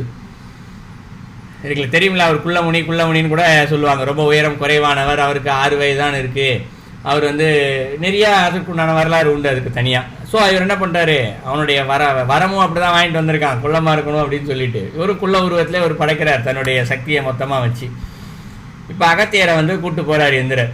அகத்தியர் என்ன பண்ணார், அங்கே போனவனே உட்காந்து முதல்ல தண்ணியில் உட்காந்து தவம் பண்ணுறாரு. அப்போ தானே வந்திருக்காரு. ஸோ என்ன செய்யலாம் அப்படின்னு சொல்லிட்டு என்ன பண்ணுறாரு, தண்ணி மேலே நின்று என்ன பண்ணுறாரு, அந்த தண்ணியெல்லாம் குடிக்க ஆரம்பிச்சிடுறாரு. இந்த இடத்துல கடன்னு அகத்தியர் என்ன பண்ணுறாரு, ஒரே வினாடியில் குடிச்சிடுறாரு, டக்குன்னு குடிச்சிடுறாரு. சித்தர்களால் எதையும் செய்ய முடியும்னு சொல்லுவாங்க இல்லையா, அவருடைய சித்தினுடைய தன்மையை உச்சத்தை சொல்லணும்னா நம்மளுடைய சமையலில் பயன்படுத்துகிறோம்ல கடுகு, அந்த கடுகை ஓட்டை போட்டு கடல் தண்ணி எல்லாத்தையும் உள்ளுக்குள்ளே அடைச்சி வைக்க முடியுமா அவங்களால? இது எப்படி முடியும், சாத்தியமாக? இது மனித அறிவுக்கு சிந்தனைக்கு உட்பட்டதா? இல்லை, அப்பாற்பட்டது. ஆனால் அதையும் செய்யக்கூடிய ஆற்றலே அவர்கள் பெற்றவர்கள். ஸோ அகத்தியர் என்ன பண்ணுறாரு, மொத்த கடல் தண்ணியும் தனக்குள்ளே குடிச்சிக்கிறாரு இந்த இடத்துல. ஸோ குடித்தவனை என்ன ஆயிடுச்சு, அவனுடைய இது மட்டும் தனியாக நீக்கிது அந்த இடத்துல. ஸோ நின்னவனை என்ன பண்ணுறாரு, அவனை அழிச்சிட்றாங்க இந்த இடத்துல. அகத்தியர் தன்னுடைய சக்தியால் அழிச்சிடுறாரு. ஸோ அதுக்கப்புறம் திருப்பி கடல் தண்ணியை வெளியில் துப்பிடுறார், வயிற்றுக்குள்ளே திருப்பி வெளியில் துப்பிடுறாரு. ஸோ அகத்தியர் வந்ததற்கான காரணம் வந்து இதுதான், மித்திரருடைய சக்தியால் உருவாக்கப்பட்டு அந்த அசுரனை அழிப்பதற்காக வந்து அந்த வேலையை செஞ்சு முடிச்சிட்டார். ஸோ அதற்கு பின்பாகத்தான் இவர் மேற்கொண்டு அந்த தியானம் தபம் இதெல்லாம் செஞ்சு இந்த இடத்துல அவர் என்ன பண்ணுறாரு, அகத்தியர்கிட்டருந்து இது இறைவன்கிட்ட இருந்து தமிழை கற்றுக்கொண்டு இன்று வரை உலக செயல்களை அவர் செய்து கொண்டே தான் இருக்கிறார். மேற்கொண்டு அவருடைய எந்த சக்திகள் எந்த அளவுக்கு உச்சத்தை பெற்று இருக்கிறது அப்படின்றதுக்கு வேறொரு வரலாறு இருக்குது, எல்லாருக்குமே தெரிஞ்ச வரலாறு தான். இறைவனுக்கு திருமணம் நடக்குது எங்கே, கைலையில். அப்போ எல்லாரும் கைலையில் வடக்கு திசையில் போய் நிற்கிறாங்க. அப்போ என்ன ஆகுது, வடக்கு தாழ்கிறது, தெற்கு உயருகிறது. சரி, சமநிலை தவறுது, உலகத்தின் இயக்க நிலை சமநிலை வந்து தவறுது. இது எப்படி தவறும், இது அவர் சும்மா தானே போய் நிற்கிறாங்க அப்படின்னு சொல்லி யாருக்காவது ஒரு சிந்தனை வரலாம். யாருக்காவது இப்படி அது எவ்வளோ அப்படியே இப்போ இன்றைக்கே உலகத்தில் அப்படின்னா ஒரு ஊரில் மட்டும் கோடிக்கணக்கான மக்கள் இருக்காங்க. இப்போ சைனாவில் இருந்து பார்த்தா உலக மக்கள் தொகை அதிகம், இந்தியாவிலையும் உலக மக்கள் தொகை அதிகம் இல்லையா, சைனாவிலையும் இந்தியாவிலையும். அப்போ அதற்கு எதிராக இருக்கக்கூடிய நாட்டிலலாம் பார்த்தோம்னா அந்தளவு மக்கள் தொகை இல்லை, குறிப்பிட்ட இடத்துல மட்டும்தான் இருக்கிறாங்க. அப்போ அங்கே தாழ்ந்தல்ல போகணும், ஆனால் உலகம் சரியாக இயங்கிக்கிட்டு தானே இருக்குது அப்படின்னு யாராவது ஒருத்தருக்கு தோணலாம். அதற்கு தான் நம்முடைய நவீன அறிவியல் வந்து ஒரு சின்ன விஷயத்தில் சமீபத்தில் வெளியிட்டிருக்காங்க. மனிதர்கள் வந்து பூமிக்கு அடியில் இருக்கக்கூடிய நீரை அதிகமாக உபயோகிக்க ஆரம்பித்திருக்கிறார்கள். இது சமீபத்தில் இப்போ ஒரு மாதத்துக்கு முன்னாடி வந்த அறிவியல் செய்தி. ஸோ பூமிக்கு அடியில் இருக்கக்கூடிய நீர் வந்து குறைந்து கொண்டே போவதனால் உலக இயக்கம் சமநிலை தடுமாற ஆரம்பிக்கிறது அப்படின்னு ஒரு சயின்ஸ் சொல்லியிருக்காங்க இப்போ சமீபத்தில். ஸோ அதனால் உலக இயக்கம் அறிவியல் ரீதியாகவே இப்பொழுதே தடுமாற ஆரம்பித்திருக்கிறது. அதன் விளைவாக ஒரு வினாடியோ 2 வினாடியோ அதிகமாக சுற்ற ஆரம்பித்திருக்கிறது. அதனுடைய சாய்வு நிலை ஒரு அணு அளவு ஏதோ அளவு சொல்கிறாங்க, அந்த அளவுக்கு அதனுடைய சாய்வு நிலையும் சாய்ந்து ஒரு வினாடி அதிகமாக சுற்ற ஆரம்பித்திருக்கிறது. இது மேற்கொண்டு போனால் இன்னும் அதிகமாக சுற்ற ஆரம்பிக்கும். அப்போ 24 மணி நேரம் இருக்காது, ஒரு நிமிஷமாவது குறையும். இது போலலாம் இருக்குது, நடக்கும். அதில் இயற்கையை பாதுகாத்து கொள்ளுங்கள், நீரெல்லாம் ரொம்ப எடுக்காதீங்க, அப்படியே மழை தண்ணி வந்தாலும் அது பூமிக்குள்ளே சேகரித்து வைப்பதற்கான நுட்பத்தை பயன்படுத்துங்க அப்படின்னு சொல்லி தான் அவங்க அறிவியலை வெளியிட்டிருக்காங்க. ஸோ அதுபோல் இது நம்ம கதையா அப்படின்னு சொல்லி பார்த்தோம்னா கதையிலும் எங்கோ ஒரு அறிவியல் உண்மையும் ஒளிந்திருக்கிறது இந்த இடத்துல. ஸோ அப்போ சிவபெருமானுடைய திருமணத்திற்கு எல்லோரும் போகிறாங்க இந்த இடத்துல. ஸோ அப்போ வட திசை தாழ்து, தென் திசை உயருது. இப்போ இறைவன் என்ன பண்ணுறாரு, அகத்தியரே நீ போ தெற்கு திசையில் போய் நெல் இரு நீயே அப்படிங்கிறாரு. அப்போ அவர் கேட்குறாரு, உங்களுடைய திருமணத்தை என்னால் பார்க்க முடியவில்லையே, நான் எப்படி பார்க்காம இருக்கிறது அப்படின்னு கேட்கும்போது அப்போ அவருக்கு மட்டும் ஒரு வரத்தை கொடுக்குறாரு. என்ன வரம் கொடுக்குறாரு அப்படின்னா, அகத்தியருக்கு நீ போ, திருமணம் நடக்கும்போது அந்த காட்சியை உனக்கு நான் கொடுக்குறேன் அப்படின்னு சொல்கிறாரு. மேற்கொண்டு திருமணத்தை நேரடியாக பார்த்தவங்க எல்லாருமே அன்றைக்கி ஒரு வினாடி மட்டும்தான் பார்க்க முடியும் இல்லையா? அந்த நிமிடம் திருமணம் நடக்கின்ற அந்த இதை மட்டும்தான் பார்க்க முடியும். ஆனால் அகத்தியருக்கு என்ன பண்ணுறாரு, நீ எப்பொழுதெல்லாம் விரும்புகிறாயோ அப்பொழுதெல்லாம் பார்க்கக்கூடிய வல்லமையை உனக்கு கொடுக்குறோம் அப்படிங்கிறார். இப்போ அகத்தியர் இருக்கார். இப்போது திடீர்னு அவருக்கு இறைவனுடைய திருமணத்தை பார்க்கணுன்னு ஆசை வருது. அப்போ கண்ணை மூடுறாரு, டக்குன்னு அவருக்கு தெரியுது. இதில் ஒரு பெரிய இன்னொரு விஷயமும் இருக்குது. இப்போ நம்ம திருமண நிகழ்வுகள்லாம் வீடியோ ரெக்கார்டு எடுத்து வச்சுக்கிறோம்ல, கேசட்டு, ஒரு 20 வருஷத்துக்கு முன்னாடி அதெல்லாம் கிடையாது இல்லையா? இன்றைக்கி திருமணத்தை நேராக போய் ஒருத்தர் பார்த்துட்டு வராரா, அவர் ஒரு வாட்டி தான் பார்க்க முடியும். இப்போ அவர் பார்க்க முடியல, வெளியூரில் இருக்கார். அவர்கிட்ட திருமணத்தை எல்லாத்தையும் ரெக்கார்டு பண்ணி ஒரு பென்ட்ரைவில் போட்டு அவருக்கு கொரியர் பண்ணி விட்டோம்னா அவர் டெய்லி உட்காந்து பார்க்கலாம். பென்ட்ரைவில் எப்பப்பெல்லாம் நினைக்கிறாரோ அப்பப்பெல்லாம் உட்காந்து பார்த்துக்கலாம் திருமணத்தை ஃபுல்லாக இல்லையா? அந்த மாதிரி அக்காலத்திலே நடந்திருக்கு. அதெல்லாம் அகத்தியருக்கு இறைவன் கொடுத்துருக்கிறார் இந்த இடத்துல. நீ எப்பொழுதெல்லாம் பார்க்கலாம் அப்படிலாம் பார்க்கலாம். சரி ஓகே அப்படின்னு சொல்லிட்டு இறைவனை இதை கொடுக்குறாருன்னு சொல்லி ஒரு அங்கேருந்து வடக்கிலிருந்து தெற்கு திசை நோக்கி வருகிறார் இந்த இடத்துல. ஸோ இங்கே தான் வரும்போது அந்த நடுவில் விந்தைய மலை அப்படின்னு சொல்லி ஒரு மலை தடுக்கும். ஏன்னா அந்த விந்தைய மலை வந்து இமயமலையோட உயர்வாக இருக்குமா அக்காலத்தில். இது புராணங்களில் இருக்குது. இது தத்துவ ரீதியாக இதுக்கு பின்னணியில் ஏதாவது ஒரு காரணங்கள் இருக்கலாம், அது என்னன்று நமக்கு இப்போ தெரியல. ஸோ அந்த விந்தைய மலை வந்து வானளவு இமயமலையும் விட உயர்வாக வளர்ந்துருந்தது. இப்போ இது வர்றதுக்கு தடையாக இருக்குது. ஏன்னா ஒரு மலைக்கு அந்த பக்கம் இருக்கிறார். உதாரணத்துக்கு பார்க்கணும்னா இப்போ இமயமலை இருக்குது. இமயமலைக்கு இந்த பக்கம் இந்தியாவில் நம்ம நிற்கிறோம். இப்போ அந்த பக்கம் போகணும். இமயமலைக்கு அந்த பக்கம் என்ன இருக்குது, சைனா இருக்குது. ஸோ நேபாள் கொஞ்சம் இருக்குது, சைனா கொஞ்சம் எல்லையெல்லாம் வகுத்து வச்சுருக்காங்க. இப்போ போகணும் அப்படின்னா சுற்றி போகலாம் ஒரு பக்கம் இல்லையா, மேலே ஏறி அந்த பக்கம் இறங்கணும். ஸோ விந்தைய மலை எப்படி இருக்குது, பறந்து விரிஞ்சு இருக்குது. இந்த இடத்துல சுற்றி போனோம்னாலும் வருஷக்கணக்காகும், ஏறி இறங்கினாலும் வருஷக்கணக்காகும். அதெல்லாம் என்ன பண்ணுறாரு இவரே, விந்தைய மலையே நீ தாழ்ந்து நெல் அப்படிங்கிறாரு. ஸோ விந்தைய மலை அன்னைக்கு தாழ்ந்துச்சான் அவரை பணிந்து இவருடைய சக்தியை பார்த்து. அப்போது நான் வரும் வரைக்கும் நீ இப்படியே இரு, நான் வந்ததுக்கு பிறகு நீ திருப்பி வளர்ந்துக்கோ அப்படின்னு சொல்லிட்டு இவர் வந்ததாகவும், அதனால தான் இன்னைக்கு வரைக்கும் அந்த விந்தைய மலை தாழ்ந்து இருக்கிறதாகவும் ஒரு வரலாறு உண்டு. ஏன்னா புராண கதைகளையும் சில இடங்கள்லாம் அந்த விந்தைய மலை அவ்வளோ உயர்வானதாக இருந்ததாக சில குறிப்புகள்லாம் இருக்குது. ஆனால் நேரில் போய் பார்த்தா அவ்வளோ உயரெலாம் கிடையாது, ரொம்ப சின்னதாக தான் இருக்குது. ஸோ அதற்கு ஒரு காரணமாக இங்கே சொல்லப்படுகின்றது. இதுக்கு ஏதாவது பெரிய தத்துவங்கள் ஏதாவது ஒழிச்சு வச்சிருக்கலாம், தேடி பார்த்தால் நமக்கு கிடைக்கலாம். ஸோ இது அவருடைய காலத்தில் நடந்த ஒரு வரலாறு. அடுத்தது இப்போ இவ்வளோ நேரம் பார்த்தது உலக ரீதியாக இருக்கக்கூடிய புராண நிகழ்வுகள், இதெல்லாம் அகத்தியரை வந்து நம்ம பார்த்தோம். இதை தத்துவ ரீதியாக பார்க்கலாம். ஏன்னா அகத்தியர் தேடி வந்தார் இல்லையா, இது திருமூலர் வந்து அகத்தியரை பார்க்கணுன்னு சொல்லிட்டு வந்தார் இல்லையா, வந்து அவர் தன்னுடைய பாடல்களே எழுதி வச்சிருக்காரு. அகத்தியருடைய தத்துவத்தை 2 பாடலில் எழுதி வச்சிருக்காரு, 2ஆம் தந்திரத்திலேயே. அகத்தியம்னு தலைப்பு இருக்குது. ஸோ நம்ம வகுப்பில் அந்த இது பாடத்தெல்லாம் முடிச்சுட்டோமோ, 2 பாடல் தான். ஸோ அகத்தியம் என்றால் என்ன அப்படின்னா, அகம் என்றால் உள்ளே. அகம்னா என்ன, உள்ளன்னு பொருள் தெரியுங்களா? அகத்திலே, அகத்தில் உள்ளது முகத்தில் தெரியும்னு சொல்லுவோம் இல்லையா? ஸோ உடம்புக்குள்ளே எவ்வளோ நம்ம சுத்தமாக வச்சுருக்கோமோ அந்த அளவுக்கு முகம் சுத்தமாக இருக்கும், வெளியில் அழகாக இருக்கும் அப்படின்றது தான் அதோடைய பொருள். 2 பொருளாக கூட எடுத்துக்கலாம். நம்மளுடைய உடலுக்குள்ளே மனசு சுத்தமாக இருந்தாலும் முகம் சுத்தமாக இருக்கும் இந்த இடத்துல. ஸோ பார்க்குறவங்களை ஈக்கிற மாதிரி இருக்கும். நம்மளுடைய உடம்புக்குள்ளே இருக்கக்கூடிய உறுப்புகள் சுத்தமாக இருந்தாலும் முகம் தூய்மையாக இருக்கும் இந்த இடத்துல. இந்த புண்ணு, பரு, இந்த மாதிரிலாம் சில விஷயங்கள் சொல்ல, தோல் சுருக்கம் இதெல்லாம் கூட இருக்காது. உள்ளே சுத்தமாக இருந்தாலே வெளில சுத்தமாக, தோல் சுருக்கம் கூட இருக்காது, தூய்மையாக இருக்கும் முகம். அதான் இந்த இடத்துல அகத்தின் அழகு முகத்தில் தெரியும்னு ஒரு பழமொழி சொன்னாங்க. ஸோ இப்போ அகம் என்றால் என்னென்னா உள்ளே அப்படின்னு பொருள். இயம் என்றால் என்ன அப்படின்னா சத்தம்னு பொருள் இல்லையா, ஒளி, சத்தம் அப்படின்னு பொருள். ஸோ அகத்தியம் அப்படின்னா என்ன பொருள்னா உள்ளே இருக்கக்கூடிய சத்தம், இதுதான் பொருள். இப்போ நம்ம ஆரம்பத்தில் ஆரம்பித்தோம் இல்லையா, இறைவனுடைய உள்ளுக்குள்ளே இருக்கக்கூடிய அந்த சத்தத்திலிருந்து வெளியே வந்தவர் அப்படின்னு நம்ம சொன்னோம் இல்லையா, அதற்கு சான்று திருமந்திர பாடல்கள். அகத்தியம் என்றால் இறைவனுடையத்திலிருந்து வெளியே வந்த சத்தம், அவர் தான் மூலம். அந்த இடத்துல இறைவன் தான், அவருக்குலேருந்து வர சத்தம் அப்படின்னு பொருள். அவருடைய தத்துவம் அப்படின்னு பார்க்கும்போது அகத்தியத்துக்கு பொருள் பார்த்தாச்சு. தத்துவம் என்றால் என்ன, இந்த இடத்துல அகத்தியருடைய தத்துவம் அப்படின்னு சொல்கிறோம். ஸோ தத்துவம் என்றால் என்ன அப்படின்னா, தத் அப்படின்னா உள்ளது அப்படின்னு பொருள். தன்மை, துவம் என்றால் தன்மை என்று பொருள். ஸோ உள்ளது தன்மை அப்படின்னு பொருள். ஸோ உள்ளது தன்மைனா என்ன, உள்ளது அப்படின்னாலே ஒரு பொருள் அங்கே இருக்கிறது அப்படின்னு பொருள் இல்லையா. அப்போ அது உண்மை. இறைவன் என்பவர் இருக்கிறார், எப்பயுமே இருக்கிறார் இல்லையா. அது மாறவே மாறாது. நீங்கள் உலகத்தில் பார்க்கக்கூடிய எந்த பொருளுமே மாறிடும், அழிஞ்சு போகும். ஆனால் அழியாத பொருள் ஒன்று, எக்காலத்தையும் அழியாத பொருள் இறைவன் தான். அப்போ இறைவன் என்பவர் இருக்கிறார் அப்படின்னா அது உண்மை இல்லையா, சத்தியம். அப்போ இந்த இடத்துல உள்ளது அப்படின்னு சொல்லப்படுறது என்ன, உண்மை அப்படின்னு பொருள். அப்போ உள்ளது தன்மைனா உண்மைத்தன்மை அப்படின்னு பொருள்.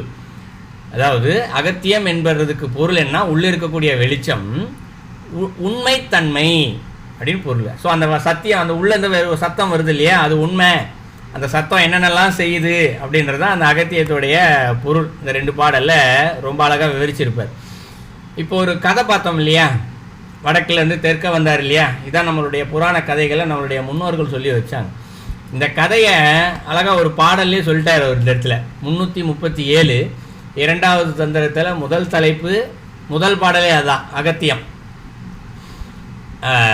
நடுவு நில்லாது உலகம் சரிந்து கெடு நின்ற எம்பெருமான் என்ன ஈசன் நடுவுள்ள அங்கி அகத்தியா நீ போய் முடிய வையத்து முன்னி நின்றானே அப்படின்னு சொல்லுவார் இந்த இடத்துல. ஸோ அந்த பாடலுக்கே பொருள் என்ன அப்படின்னா, நடுவு நில்லாது இவ்வுலகம் சரிந்து, நடுவில் இருக்கக்கூடிய உலகம் நடுமையாக சரிசமம் இல்லாமல் நிற்கிது. இந்த உலகமானது சரிஞ்சு போகுது. கெடு நின்ற எம்பெருமான் என்ன ஈசன், அழியக்கூடிய ஆபத்தில் அந்த உலகம் இருக்குது அப்படின்னும் போது எம்பெருமா இறைவா அப்படின்னு சொல்லி முறையிடுறாங்களாம். எம்பெருமான் என்ன ஈசன் அப்படின்னா, ஈசன்னா தலைவர் தான் உலகத்துக்கு. ஸோ தலைவர்கிட்ட போய் எல்லாரும் முறையிடுறாங்க. உலகம் சரியுது, கேடு வரப்போகுது, எப்படியாவது காப்பாற்றுங்கன்னு இறைவன்கிட்ட போய் முறையிடுறாங்க. அப்போ ஈசன் என்ன பண்ணுறாரு, நடுவுல அங்கி அகத்தியா நீ போய் அப்படிங்கிறாரு இல்லையா. அகத்தியா உன்னுடைய அக்னினா நன்மை செய்யக்கூடிய நெருப்பு, நீ போய் அவர் இருப்பார். அகத்தியா என்ன பண்ணுறாரா, நன்மை செய்யக்கூடிய நெருப்பின் வடிவமாக இருக்கிறாரா, அவர் உருவமாக இருக்காரா. அந்த இடத்துல நடுவில் அங்கி சரிசமாக இருக்கக்கூடிய அந்த அங்கியான அகத்தியனை போய் அகத்தியா நீ போய் அப்படிங்கிறார். நீ போ அந்த இடத்துல. முடுகிய வையத்து அப்படிங்கிறாரு. முடுகியனா தடுமாறி நின்ற. ஸோ தடுமாறி நின்ற அந்த உலகத்தில் நீ இப்போ முன்னி நின்றானே அப்படிங்கிறாரு. முன்னாடி போய் நில்லு அப்படிங்கிற. ஸோ தெற்கு பக்கம் போய் நில்லு அப்படின்னு சொல்லி இந்த பாடலில் சொல்கிறார். அந்த வரலாறு அழகாக சொல்லிட்டார். ஸோ இதில் இருக்கக்கூடிய தத்துவம் என்ன, இந்த பாடலில் சொல்லப்படுகின்ற தத்துவம் என்ன அப்படின்னா, உலகம் என்று சொல்லப்படுவதும் இந்த உடம்புன்னு சொல்லப்படுறதும் ஒன்று தான். அண்டத்தில் உள்ளது பிண்டத்தில் உள்ளதுன்னு சொல்லுவோம் இல்லையா. அப்போ இந்த உலகம் வேறு அல்ல, இந்த உடம்பு வேறு அல்ல.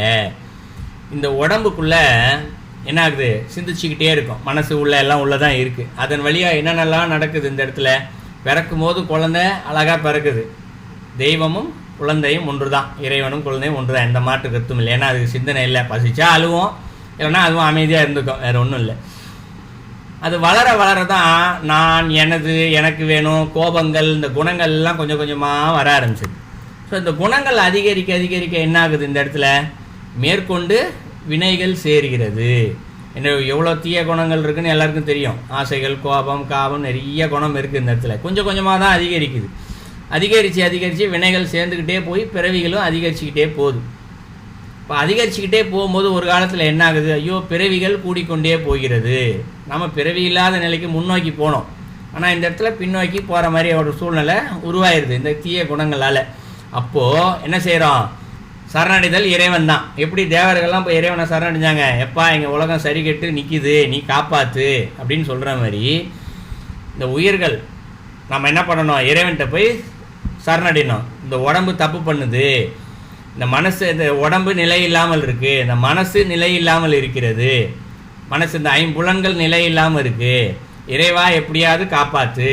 இப்போ நம்ம கேட்குறதே இல்லை இல்லையா. ஒரு பொருளை, ஏதோ ஒரு பொருளை சாப்பிடணும்னு ஆசைப்படுறோம். அப்போ நல்லா சாப்பிட்றோம், சாப்பிட்டோன்னே நல்லா இருக்குப்பா இன்னும் கொஞ்சம் கொண்டா, ஆசை அதிகரிக்க தான் செய்யுது. வயிறு போகணுன்னு சொல்கிற வரைக்கும் ஆசைப்படுது, வயிறு காலியானோன்னு இன்னும் கொஞ்சம் கொண்டான்னு ஆசைப்படுது. நீ அடுத்தவனுக்கு இல்லாட்டா கூட பரவாயில்ல, நான் சாப்பிடணுன்ற அளவுக்கு என்ன வந்துருச்சு இல்லையா. இன்னொருத்தர் பசியோடு இருக்கிறாரு, நம்ம சாப்பிட்டு முடிச்சிட்டோம், ஆசை விளைவு என்ன சொல்லுது, இன்னும் கொஞ்சம் சாப்பிடணும்னு தோணுது. ஆனால் இன்னொருத்தன் பசியோடு இருக்கிறானே, நான் தான் சாப்பிடணும். இது சில நேரங்கள் எங்கோ நிகழுது. ஒரு உவமைக்காகத்தான் இதை சொன்னேன் இந்த இடத்துல. இதுபோல் பல தீய குணங்கள் இருக்குது. கோபமோ அகங்காரமோ ஆத்திரமோ பல குணங்கள் இருக்குது. இந்த குணங்கள் தான் வினைகள் சேர்த்து பிறகு வந்தது. ஸோ ஒரு நாள் நமக்கு தோணும்போது, இறைவா இந்த மாதிரி கெட்ட குணம்லாம் வருது மனசுக்குள்ளே இல்லையா, கண் அதன் போக்கில் போகுது, வாய் அதன் போக்கில் போகுது, காது அதன் போக்கில் போகுது, எப்படியாவது என்னையை காப்பாற்று அப்படின்னு சரணடைஞ்சு நிற்கும்போது, அப்போ தான் இறைவன் என்ன பண்ணுறாரு, இந்த இடத்துல உடம்பு கெட்டி அழிய ஆரம்பிச்சிருது. ஸோ இறந்து போது திருப்பி பறக்குது, இறந்து போது திருப்பி பறக்குது. அப்போ தான் இறைவனை போய் சரணடைகிறோம். இறைவனை சரணடைந்தால் என்ன ஆகுது? சரணடைதல் என்பது சும்மா ஒரு நிமிஷம் மட்டும் சாமியை கும்பிட்டு வெளில வந்து திருப்பி பழையபடி ஆசைப்பட்டு இருக்கிறது இல்லை இந்த இடத்துல இல்லையா. நான் சரணடைஞ்சிட்டேன்ப்பா, நான் சாமி தான்ப்பா எனக்கு எல்லாமே அப்படின்னு சொல்லி கோயில்களில் போகும்போது ஒரு மாதிரி இருக்கிறது, உள்ளேருந்து வெளில வந்துட்டு வேறு மாதிரி ஆயிடுது. அப்படி இயற்கை உலக இயற்கைக்கு வந்த ஏற்ற மாதிரி ஆயிடுது. அப்படி இல்லை, சதா சர்வகாலம் இறைவனை சிந்தித்து கொண்டே இருத்தல், அதான் இறைவனை சரணடைதல். இந்த இடத்துல யார் ஒருவர் அப்படி இருக்கிறாரோ இறைவன் என்ன பண்ணுறாரு, அவர்களுக்குள்ள இருக்கக்கூடிய அங்கி, எப்படி அகத்தியரை வந்து நீ போ அப்படின்னார்ல, அங்கி அகத்தியா போயின்றார்ல, அதுபோல் நமக்குள்ள ஒரு அங்கி இருக்குது, அதுதான் அங்கு மூலாதாரம். அது திருமந்திரத்தில் நிறையா படிச்சிருக்கோம் இல்லையா. அந்த மூலாதார சக்தியை தான் என்ன பண்ணுறாரு, நீ போய் அப்படிங்கிறாரு. மூலாதார சக்தி எங்கே இருக்குது? கீழே இருக்குது. இது என்ன பண்ணுறாரு, நீ போய் தெற்கு திசையில் நின்ற மாதிரி அதுக்கு எதிர் திசை என்ன, கீழே இருக்கக்கூடிய மூலாதார தெற்கு திசை இது, வடக்குனால மேலே அங்கே போய் இரு அப்படி என்ன பண்ணுறாரு, எதிர் திசையில் அந்த அங்கேயே போய் இருக்க வைக்கிறாரு. மூலாதார சக்தி இங்கே போய் இருக்க வச்சோம்னா அப்போ கோபம் இல்லை. அங்கே என்ன சகசரதாலத்தை பார்த்தாச்சு, அங்கே இருக்க ஜோதி தரிசனத்தை பார்த்தாச்சு. அப்போ என்ன ஆகுது, இந்த இடத்துல கோபம் இல்லை, ஆத்திரம் இல்லை, அகங்காரம் இல்லை, எண்ணம் இல்லை, எந்த தீய குணங்களும் இல்லை. அப்போது சரிசமமாக ஆகி, எப்படி உலகம் தடுமாற்றம் இல்லாமல் சரிசமமாகுதோ அப்போ இந்த உடம்பும் தடுமாற்றம் இல்லாமல் சரிசமமாக அமைதி அடைந்து சித்தர்கள் என்ற நிலையை அடைந்து விடுகிறது. ஸோ சித்தர்கள் நிலையை அடைஞ்சிட்டோம்னா நம்ம நினைக்கவே வேணாம், அதுவே சிந்தனை நினச்சிக்கிட்டே இருக்கும் இறைவனை. ஸோ இதுதான் அந்த பாடலில் கொடுக்கப்பட்டிருக்கு. நடுவதில்லாத உலகம் அப்படின்னு சொல்லப்பட்டிருக்கு. அந்த அகத்தியருடைய தன்மை தத்துவம் என்ன அப்படின்னா, இதுதான் அகத்தியருடைய தத்துவம். அகத்தியரை பேரை கேள்விப்படும் போதெல்லாம் அகத்தியரை கும்பிட்றேன்ப்பா, அவர் தான் நான் அவர் தான் நான் ஃபாலோ பண்ணுறேன், நான் சித்தர்கள் வழியில் போகிறேன், இதெல்லாம் சொல்கிறதெல்லாம் முக்கியம் இல்லை. அகத்தியருடைய வழியில் போகிறோம், சித்தர்களுடைய வழியில் நம்ம போகிறோம் அப்படின்னு சிந்திச்சாலே இந்த எண்ணம் வரணும். மனசு நிலை தடுமாறும் போதெல்லாம் இறைவா மனசு தடுமாறுது என்னை காப்பாற்றுன்ற பிரார்த்தனை செய்கிற சிந்தனை வரணும் இந்த இடத்துல. இந்த சிந்தனை யாருக்கு வருதோ அவர்களே சித்தர்களின் வழியில் செல்பவர்கள். சும்மா அவர்கிட்ட போய் உட்காந்துட்டு எனக்கு காசு கொடு, வீட்டு பிரச்சனை போனோம் கொடு, இதுதான் அவருக்கு வேலையா அவருக்கு இல்லையா. ஸோ இது அவர்கள் வேலை இல்லை. மனிதர்களை பிறவியில்லாத நிலைக்கு அழைத்து செல்வது தான் அவர்களுடைய வேலை இந்த இடத்துல. ஸோ இந்த கருத்தை வந்து நம்ம இந்த பாடல்லேருந்து நம்ம தெரிஞ்சுக்கலாம். ஸோ அடுத்தது அகத்தியருக்கு நிறையா பேர்கள்லாம் இருக்குது இந்த இடத்துல இல்லையா. அவருக்கு பேர் ஃபஸ்ட்டு அகத்தியர். ஸோ என்ன பண்ணுறாரு இந்த இடத்துல, இறைவனை தனக்குள்ளே உணர்ந்ததால் அகத்தியம் இல்லையா, அகமியம்னு உள்ளே பார்த்தோம் இல்லையா. ஸோ தனக்குள்ளே இருக்கக்கூடிய உண்மையை தன்மையை அவர் தெரிந்து கொண்டதால் அந்த பெயர் அவர் அகத்தியர் என்று வைக்கப்பட்டது. இரண்டாவது, அவருக்கு தமிழ் முனிவர் என்ற ஒரு பெயர். ஏன் அவருக்கு தமிழ் முனிவர் பெயர்னா, அவர் தான் அகத்தியத்தை எழுதினார். இன்றைக்கி அகத்தியம் இல்லை, இன்றைக்கி சுத்தமாக அழிஞ்சு போச்சு. ஏன்னா இப்போ தொல்காப்பியம் தான் வந்துருச்சு. அதுவும் அவருடைய மாணவர் தான் காரணம். அவர் அகத்தியத்தை ஒரு மாணவருக்கு சொல்லிக் கொடுத்து பிற்காலத்தில் வந்து அந்த இதை வச்சு நூல் எழுதுங்கன்னு சொல்கிறார் அகத்தியத்தை. அப்போ அவருடைய மாணவர் தான் தொல்காப்பியம்னு அழகாக ஒரு இலக்கண விதியெல்லாம் வகுத்து வச்சார். இன்றைக்கி நமக்கு சொல்லுவோம்ல, இந்த எழுத்திற்கு பக்கத்தில் இந்த எழுத்து தான் வர வேண்டும். இப்போ முதல் எழுத்துலாம் ரா போட்டு ஆரம்பிக்க மாட்டோம். இப்போ ராமர் அப்படின்னாலும் முன்னாடி ஈ போட்டு அடுத்து தான் ரான்னு ஆரம்பிக்கணும். இதுதான் ஒரிஜினல் இலக்கணம். ஆனால் இதெல்லாம் பார்த்தீங்கன்னா இப்போல்லாம் எடுத்தோடனே ராலாம் போட்டு ஆரம்பிச்சிடுறாங்க, புள்ளி வச்சு எழுத்து ஆரம்பிக்காது. இப்படி பல இலக்கண விதிகளை வகுத்து ரொம்ப அழகாக கொடுத்துருக்காரு. அது ஒரு அறிவியல். இலக்கண விதி பிரகாரம் அழகாக நம்ம தமிழை படித்து பேசி எழுதினாலே அதுவே நம்முடைய அறிவை அதிகரிக்கும், சிந்தனையை தூண்டும். அதான் தமிழில் இருக்கக்கூடிய சிறப்பு. அதுதான் நம்ம ஒன்றும் கஷ்டப்படவே வேண்டாம். தமிழை சரியான இலக்கண விதி பிரகாரம் பேசி எல்லாம் செய்தோமே ஆனாலே என்ன பண்ணுது, நம்முடைய அறிவு சிந்தனை அதிகரிக்கும். அறிவு சிந்தனை அதிகரிச்சதுனாலே இந்த தீய குணங்கள்லாம் நிறையா வராது. ஏன்னா நல்ல அறிவு இறைவன் நோக்கிய பயணத்தை தான் போக வைக்கும். கோவப்பட வைக்காது, அகங்காரப்பட வைக்காது, ஆத்திரப்பட வைக்காது. நல்ல அறிவானது. ஸோ அப்படிப்பட்ட அந்த நல்ல அறிவை கொடுப்பது தமிழ். ஆகவே நம்ம தமிழில் பிறந்திருக்கோன்றதே நம்மளாம் கொஞ்சம் பெருமைப்பட்டுக்கணும். ஸோ இது தொல்காப்பியம். அதை எழுதினோன்னு தான் அகத்தியர் சொன்னார். அகத்தியம்லாம் பிற்காலத்தில் நிற்குமான்னு தெரியாது, பட் உன்னுடைய தொல்காப்பியம் நிலைத்து நிற்கும் அப்படின்னு அவரே அருளாசி சொன்னதுனால தான் இன்றைக்கி வரைக்கும் தொல்காப்பிய தமிழ் இருக்குது. பட் ஆனால் நம்ம அதை கடைபிடிக்கிறதுல நம்ம விருப்பத்துக்கு தமிழ் ஏதோ பேசிக்கிட்டு எழுதிக்கிட்டு இருக்கோம். பட் ஆரம்பத்தில் இருக்கக்கூடிய தமிழ் வந்து அகத்தியம் தான். இந்த அகத்தியமே வந்து பார்த்திங்கன்னா இறைவன் அகத்தியருக்கு சொல்லி கொடுத்ததான். அகத்தியர் தான் அதுக்கு பின்பு உலகத்துக்கு கொண்டு வந்தார். எப்படி இறைவன் அவருக்கு சொல்லி கொடுத்துருக்காரு அப்படின்னா, இறைவனுக்குள்ளேருந்து அகத்தியம்னா சொன்னோம் இல்லையா, உள்ளேருந்து ஒரு சத்தம் வந்துச்சு அகத்தியம்னு சொன்னோம் இல்லையா. அப்போ இறைவன் சத்த வடிவமாக அங்கே இருக்கிறார். நம்ம சர்வசிஷியில் பார்த்துருப்போம், மொத சத்தம் தான் வந்துச்சுன்னு சொல்லி. சத்த வடிவமாக வருது. சத்த வடிவமாக இருப்பதை எழுத்து வடிவமாக அங்கு எழுதினார். எழுத்து வடிவத்துக்கு கொண்டு வந்தார் இந்த இடத்துல. அதுதான் இந்த இடத்துல அகத்தியம். ஸோ அதனால் அவருக்கு தமிழ் முனிவர் அப்படின்னு சொல்லி ஒரு பெயர் உண்டு. அடுத்தது மாதவ முனிவர் அப்படின்னு ஒரு பேர் அவருக்கு. நம்ம இப்போ தலைப்பையாக தான் கொடுத்துருக்கோம். மாமுனிய அகத்தியர் அப்படின்னு தான் இப்போ நம்ம கொடுத்துருக்கோம், மாதவர் அப்படின்னு சொல்லி. ஸோ என்ன மாதவர் இந்த இடத்துல அப்படின்னா, எவ்வளோ பேர் தவம் புரிகிறாங்க, இவருக்கு மட்டும் ஏன் மாதவர் என்று பெயர் வந்திருக்கிறது அப்படின்னா, நம்ம இங்கே தவம் புரிகிறாங்க இல்லையா, அவரவர்களுக்கு ஒரு தவம். இந்த தவத்தை எல்லாத்தையுமே செய்து விட்டு நான் தவம் செய்தேன், என்னுடைய தவத்தினால் இந்த சக்தி கிடைத்தது அப்படின்னு யாராவது ஒருத்தர் சொன்னாங்கன்னா அப்போ தவம் பண்ணி பலனே இல்லாமல் போகுது. தான் செய்வதே இதை நான் செய்யவில்லை, இறைவன் செய்ய வைத்தார் என்ற சிந்தனை யாருக்கு அதிகரிக்கிறதோ அவர்கள் தான் மாதவர்கள் இந்த இடத்துல இல்லையா. மேற்கொண்டு தான் செய்திக்கப்ப அந்த தவங்களை உலக நன்மைக்காக பயன்படுத்தி கொண்டே இருத்தல், மற்ற உயிர்களையும் இறைவன் நோக்கிய பயணத்திற்கு கொண்டு சேர்த்தல். இதில் யார் உச்சநிலை பெற்றார்களோ அவர்கள் தான் இங்கு மாதவர்கள். ஸோ அந்த வகையில் பார்க்கும்போது அகத்தியர் பெரிய மாதவர் இந்த இடத்துல. ஸோ அவர் தவத்தை செய்து கொண்டே இருக்கிறார்.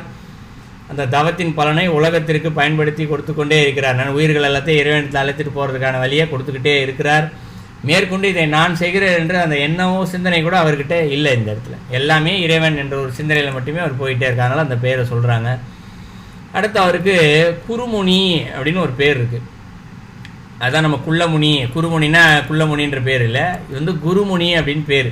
குருனா முனிவர்களுக்கெல்லாம் குருவானவர், குருவுக்கே குரு. நம்ம இதுதான் ஒரு இதில் சொல்லுவோம்ல, அப்பனுக்கே பாடம் சொன்னதுன்னு சொல்லிட்டு யார், சிவபெருமான் தான் முருகரையே படிச்சிருக்காரு. ஆனால் முருகரே அவருக்கு பாடம் சொல்றாரு ஒரு காலத்தில், ஒரு நேரத்தில் இல்லையா. அதுபோல் இவர் குருவுக்கே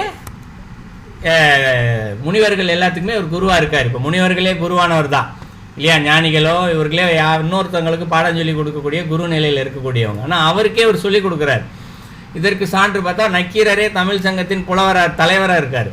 அவர் தான் எல்லாத்துக்கும் தமிழ் சொல்லி தலைவர் அவர் திணைக்கும். ஆனால் அவருக்கே வந்து அகத்தியர் சொல்லிக் கொடுக்குறாரு இந்த இடத்துல இல்லையா, இறைவன் சொன்னாருன்னு சொல்லி. அப்போ குருவுக்கெல்லாம் இவர் குருவாக இங்கே இருக்கிறார். அடுத்து திருமுனி அப்படின்னு சொல்லி ஒரு பேர் இருக்குது இந்த இடத்துல. ஸோ திருமுனி அப்படின்னு சொல்லி பார்த்தோம்னா இந்த இடத்துல உயர்வுக்கு உரியவர் அப்படின்னு பொருள். இந்த இடத்துல மிகவும் உயர்வானவர் அப்படின்னு பொருள். அடுத்து முதல் சித்தர் என்ற பேர் இருக்குது. ஸோ முதல் சித்தர் அப்படின்னா இப்போ முன்னாடி நம்ம சொன்னோம் இல்லையா, 18 சித்தர்களில் முதன்மையானவர்கள் என்று பொருள் அல்ல இந்த இடத்துல. ஸோ பதியை எண்ணிக்கொண்டே இருப்பவர்கள் சித்தர்னு சொன்னோம் இல்லையா, அந்த பதியை எண்ணிக்கொண்டே இருப்பதில் இவர் முதன்மையானவராக இருக்கிறார். எல்லாத்துக்குமே ஒரு அளவுகோல் உண்டு. நம்ம 4வது தந்திரத்தில் திருமந்திரத்தில் அடிக்கடி ஒரு வார்த்தை வரும் இல்லையா, தகுதியானவர்களுக்கு கொடுக்கப்படும். இந்த இடத்துல தகுதினா இப்போ ஒரு 4 பேர் தவம் செய்கிறாங்கன்னா இறைவன் யாருக்கு எவ்வளவு தகுதி இருக்கோ தகுதிக்கேற்பத்தான் நாங்கள் சக்தியை கொடுப்பார். அப்போ 4 பேரும் தங்களுடைய சாதகத்தில் ஆளுக்கு ஒரு அளவுகோலில் சாதகம் செய்கிறாங்கன்னு பொருள் இல்லையா. அதுபோல் இறைவனை சிந்தித்து கொண்டே இருக்கிறார்கள் ரிஷிகள் எல்லாருமே. அப்போ அந்த சிந்தனையில் எல்லாரும் ஒரே மாதிரி சிந்திக்கிறாங்கன்னு பொருள் அல்ல. சிந்தனையில் கொஞ்சம் ஏற்றத்தா கொஞ்சம் குறைவு இருக்கும், அதிகம் இருக்கும். அதுபோல் இவர் இந்த இடத்துல பதியை எண்ணிக்கொண்டே இருப்பதில் உச்ச நிலையில் இவர் எண்ணிக்கொண்டே இருக்கிறார் இந்த இடத்துல. அதனால தான் அவருக்கு இந்த இடத்துல முதல் சித்தர் என்ற பெயர் வந்துச்சு. அப்புறம் புதிய முனி அப்படின்னு ஒரு பேர் இருக்குது. ஏன்னா ஒரு பொதிகை மலையில் தான் வந்து ரொம்ப நாள் இருந்தார் அப்படின்றதுனால ஸோ அந்த பேர் வந்துச்சு. குடமுனி அப்படின்னு ஒரு பேர் இருக்குது இந்த இடத்துல. குடமுனினா என்னென்னா, இந்த நீர் எல்லாத்தையும் குடித்தார் இல்லையா, கடல் தண்ணி எல்லாத்தையும். அப்போ வயிறு எப்படி இருக்கும், கடல் தண்ணி ஃபுல்லாக வயிற்றுக்குள்ளே போனதுனால பானை மாதிரி ஆயிருக்கும் இந்த இடத்துல வயிற்றுக்கு குடம் என்ற ஒரு பேர் கூட உண்டு. அதுக்கு பேர் காரணமே அப்படி தான் வந்துச்சு. பெண்கள் நீரை வந்து ஒரு பாத்திரத்தில் வச்சு இடுப்பில் வச்சு கொண்டு போவாங்க, வயிற்று பகுதியில் இருக்கக்கூடிய இடுப்பகுதியில் வச்சு போகலாம். அதுக்கு குடம் என்று பேர் வந்துச்சு. வயிறு குடம் ரெண்டும் ஒன்று தான் இந்த இடத்துல. ஸோ இவர் குடமுனின்னா நீர் எல்லாத்தையும் குடித்தார் இல்லையா, ஸோ அதனால் அவருக்கு அந்த இடத்துல குடமுனி அப்படின்னு ஒரு பேர் வந்துச்சு. இதெல்லாம் பேர் காரணம் இந்த இடத்துல. ஸோ அதுக்கப்புறம் அவர் இயற்றிய நூல்கள் அப்படின்னு சொல்லி பார்த்தோம்னா ஏகப்பட்ட நூல்கள் இருக்குது. அவர் எழுதின நூல்கள் என்று அகத்தியம் நூல் இருக்குது. அகத்தியர் 12,000 சூத்திரங்கள் அப்படின்னு இருக்குது. சமரச ஞானம் அப்படின்னு ஒரு நூல் எழுதியிருக்கிறாரு. அப்புறம் மருத்துவத்தை சம்பந்தமான பல நூல்கள் எழுதியிருக்காங்க. இந்த நூல்கள் எல்லாமே அவர்தான் இயற்றினாரா என்று கேட்டால் அது கொஞ்சம் கேள்விக்குறி தான் இந்த இடத்துல. ஸோ இது ஏன்னா அவருடைய காலம் ரொம்ப நம்மளுடைய கற்பனைக்கு எட்டாதது அவருடைய காலம். ஸோ அப்போ எழுதிய நூல் இப்போ வரைக்கும் இருக்கானா சில நூல்கள் நிச்சயமாக இருக்கலாம். அதே நேரத்தில் இடைச்சேறுகள் நிச்சயமாக வந்திருக்க வாய்ப்பு உண்டு அப்படின்றது என்னுடைய கருத்து. ஏன்னா யாராவது ஒருத்தர் அவருடைய நூலை எழுதி இப்போ அவருடைய விருப்பத்தின் காரணமாக, அதாவது இந்த அன்பின் காரணமாக அகத்தியர்னு இன்னொருத்தருக்கு பேர் வைப்பாங்க இல்லையா? அப்போ அவரும் அகத்தியர் தான், அவருடைய பையனுக்கும் பேராக அகத்தியர்னு பேர் வச்சுருப்பாங்க. இந்த அகத்தியர் வளர்ந்து அவர் ஒரு நூறு எழுதுறாருன்னு வச்சுக்குவோம், கீழே என்ன கையெழுத்து போடுவார், அகத்தியர் எழுதிய நூல் தான் எழுதி வைப்பாங்க. அப்போ இன்னொரு 100 வருஷம் 200 வருஷம் போனவனே ஒரு சுவடியை ஒருத்தர் எடுக்கிறார், இது அகத்தியர்னு கையெழுத்து போட்டிருக்கு, இப்போ அகத்தியர் எழுதிய நூல் தான் இது. ஸோ இப்படியும் பல நூல்கள் மருவி வந்திருக்கலாம் அப்படின்றது ஒரு என்னுடைய கருத்தாக நான் பார்க்குறேன். அதனால் நிறைய நூல்கள் நீங்கள் கூகுளில் போய் பார்த்தீங்கன்னா கிட்டத்தட்ட ஒரு 40-50 நூல்கள் இருக்குது. ஸோ இந்த நூல்கள் எல்லாமே அவர் எழுதியதான்னு கேட்டால் சில நூல்கள் அவருடையதாக இருக்கலாம், சிலது இல்லாததாகவும் இருக்கலாம்.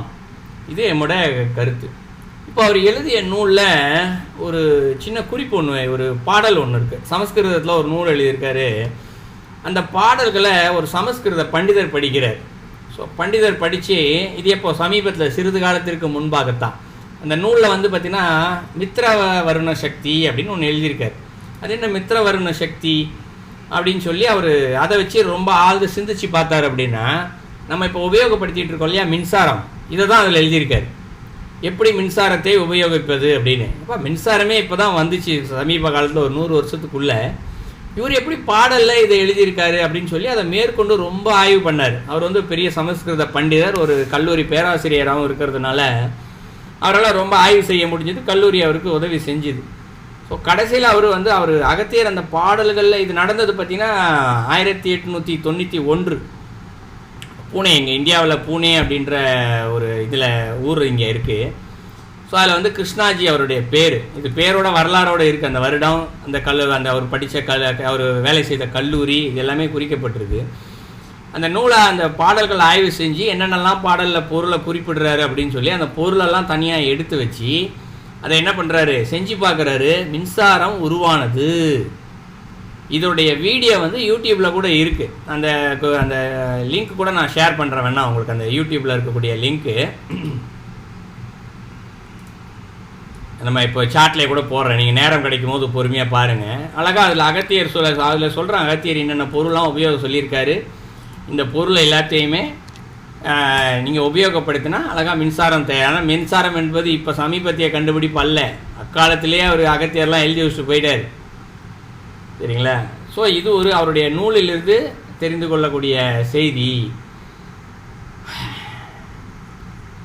ஸோ அகத்தியரை பற்றிய பல சிந்தனைகளை பார்த்துருக்கிறோம். 1 மணி நேரத்திற்கு 7 மணி ஆயிடுச்சு. மேலும் நிறைய செய்தி இருக்குது.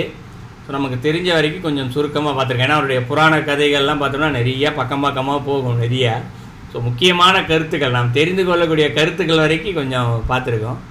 ஸோ இதுலேருந்து உங்களுக்கு யாராவது கேள்விகள் கருத்துக்கள் இருந்தால் சொல்லுங்கள். ஸோ சாட் பாக்ஸில் அந்த யூடியூப் வீடியோ போட்டிருக்கேன். ஸோ விருப்பப்படுறவங்க அது பொறுமையாக காப்பி பண்ணி வச்சுக்கோங்க. கிளாஸ் முடிஞ்சோன்னே அப்புறம் பொறுமையாக பார்க்கலாம். இது இன்னொரு கதை இருக்குதாங்க. அந்த கங்கையை கொண்டு வந்து என்னன்னா ஒரு தண்ணியை கொண்டு வந்து வச்சிருக்க காலம் தண்ணி ஊற்றி விநாயகர் காலம் தண்ணி அதை ஊற்றினோடனே அது கங்கையாக மாறின. அது கங்கை அல்ல, அது பொன்னி நதின்னு பேர்.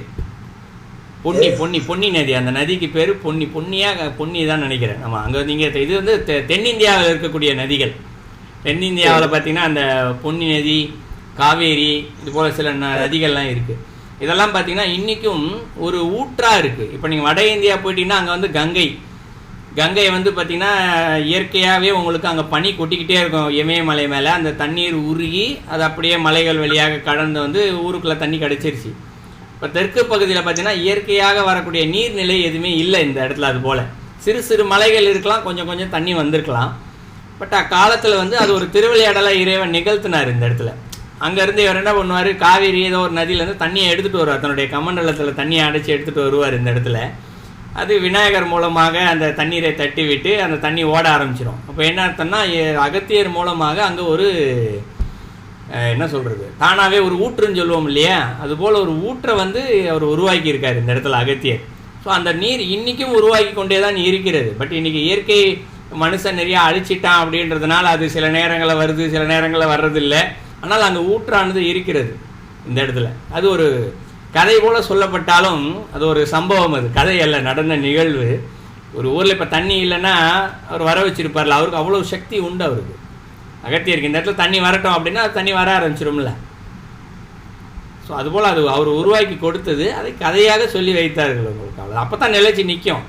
நீங்கள் கதையாக சொல்லாமல் அகத்தியர் வந்தார், மக்கள்லாம் போய் இங்கே தண்ணி கேட்டாங்க, உடனே அவர் அங்கே இருந்து தன்னுடைய கமண்டலத்தில் இருக்க தண்ணி அங்கே தெளித்தார், உடனே அங்கேருந்து ஊற்று வர ஆரம்பிச்சிருச்சு, 1000 வருஷமாக தண்ணி வந்துக்கிட்டுனா இதெல்லாம் ஒரு அதிசயமாகத்தான் பார்ப்பீங்க. இது அதிசயம் அல்ல, அவருடைய சக்தி. சரிங்களா? சித்தர்னா சித்தத்தை இல்ல அற்று போச்சதான் சித்தர். சித்தர்னா அன்புலன்களும் அற்று போனாதான் சித்தம் இல்லாம போகுது. ஆமா. அப்ப சித்தம் சித்தர்கள் வந்து சித்தர் சிவனை சிந்திச்சு கொண்டிருக்கிறவர்களாம் சித்தர்கள். இப்ப இன்னும் இந்த நாயன்மார்கள், அதாவது அப்பர், சுந்தரர், சம்பந்தர், இவையெல்லாம் அவை மாணிக்கவாசகர் எல்லாரும் வந்து அவைந்த சித்தம் முழுக்க இறைவன்ல இருந்தபடியால் அவைந்த தேவாதிர்வாதங்கள்லாம் இறைவனை பற்றிய சித்தமாக தான் இருந்தாங்க. ஆனால் மக்களுக்கு உபதேசம் செய்கிறதுக்கு அந்த மனம் இருந்தால் தானே இன்னென்ன வழியில செய்யலாம் அப்படி இப்படியான ஒரு சிந்தனை வேணும். முழுக்க சித்தம் அடிவிட்டால் செய்யறாதானே. நல்ல கேள்வி கேட்டீங்க. நீங்க கேட்குற கேள்வி எப்படின்னா, எண்ணமே இல்லைன்னு சொல்லிட்டீங்க. அப்ப இறைவனை நினைக்கிறதே கூட ஒரு எண்ணம் தானே. அப்ப எண்ணம் என்பது அங்க இருக்கல்ல. இதுதான் உங்க கேள்வியா இருக்கு இந்த இடத்துல, இல்லையா? இல்ல இருக்க அந்த எண்ணம் இல்லைன்னு சொன்னா சித்தர் இறைவனை சிந்திக்கிறவர்கள் சித்தர்கள். அப்ப அவர்களே சித்தம் முழுக்க இறைவன்ல இருந்தால் சமுதாயத்துக்கு இந்த மாதிரி சேவை என்றதான் என்னுடைய கேள்வி. இல்லை அது இதையும் சேர்த்து பார்ப்போம். ஏன்னா உங்கள் கேள்வியிலே இது இணை கேள்வியாக உள்ளுக்குள்ளே ஒரிஞ்சிருக்கு. பட் எல்லோரும் தெரிஞ்சு கொண்ட கேள்வி தான் இது. சரிங்களா? ஏன்னா சிந்தனை இல்லைன்னு சொல்லியாச்சு, மனம் இயங்கலை, ஐம்புலன் ஒடுங்கி போச்சுன்னு சொல்லியாச்சு.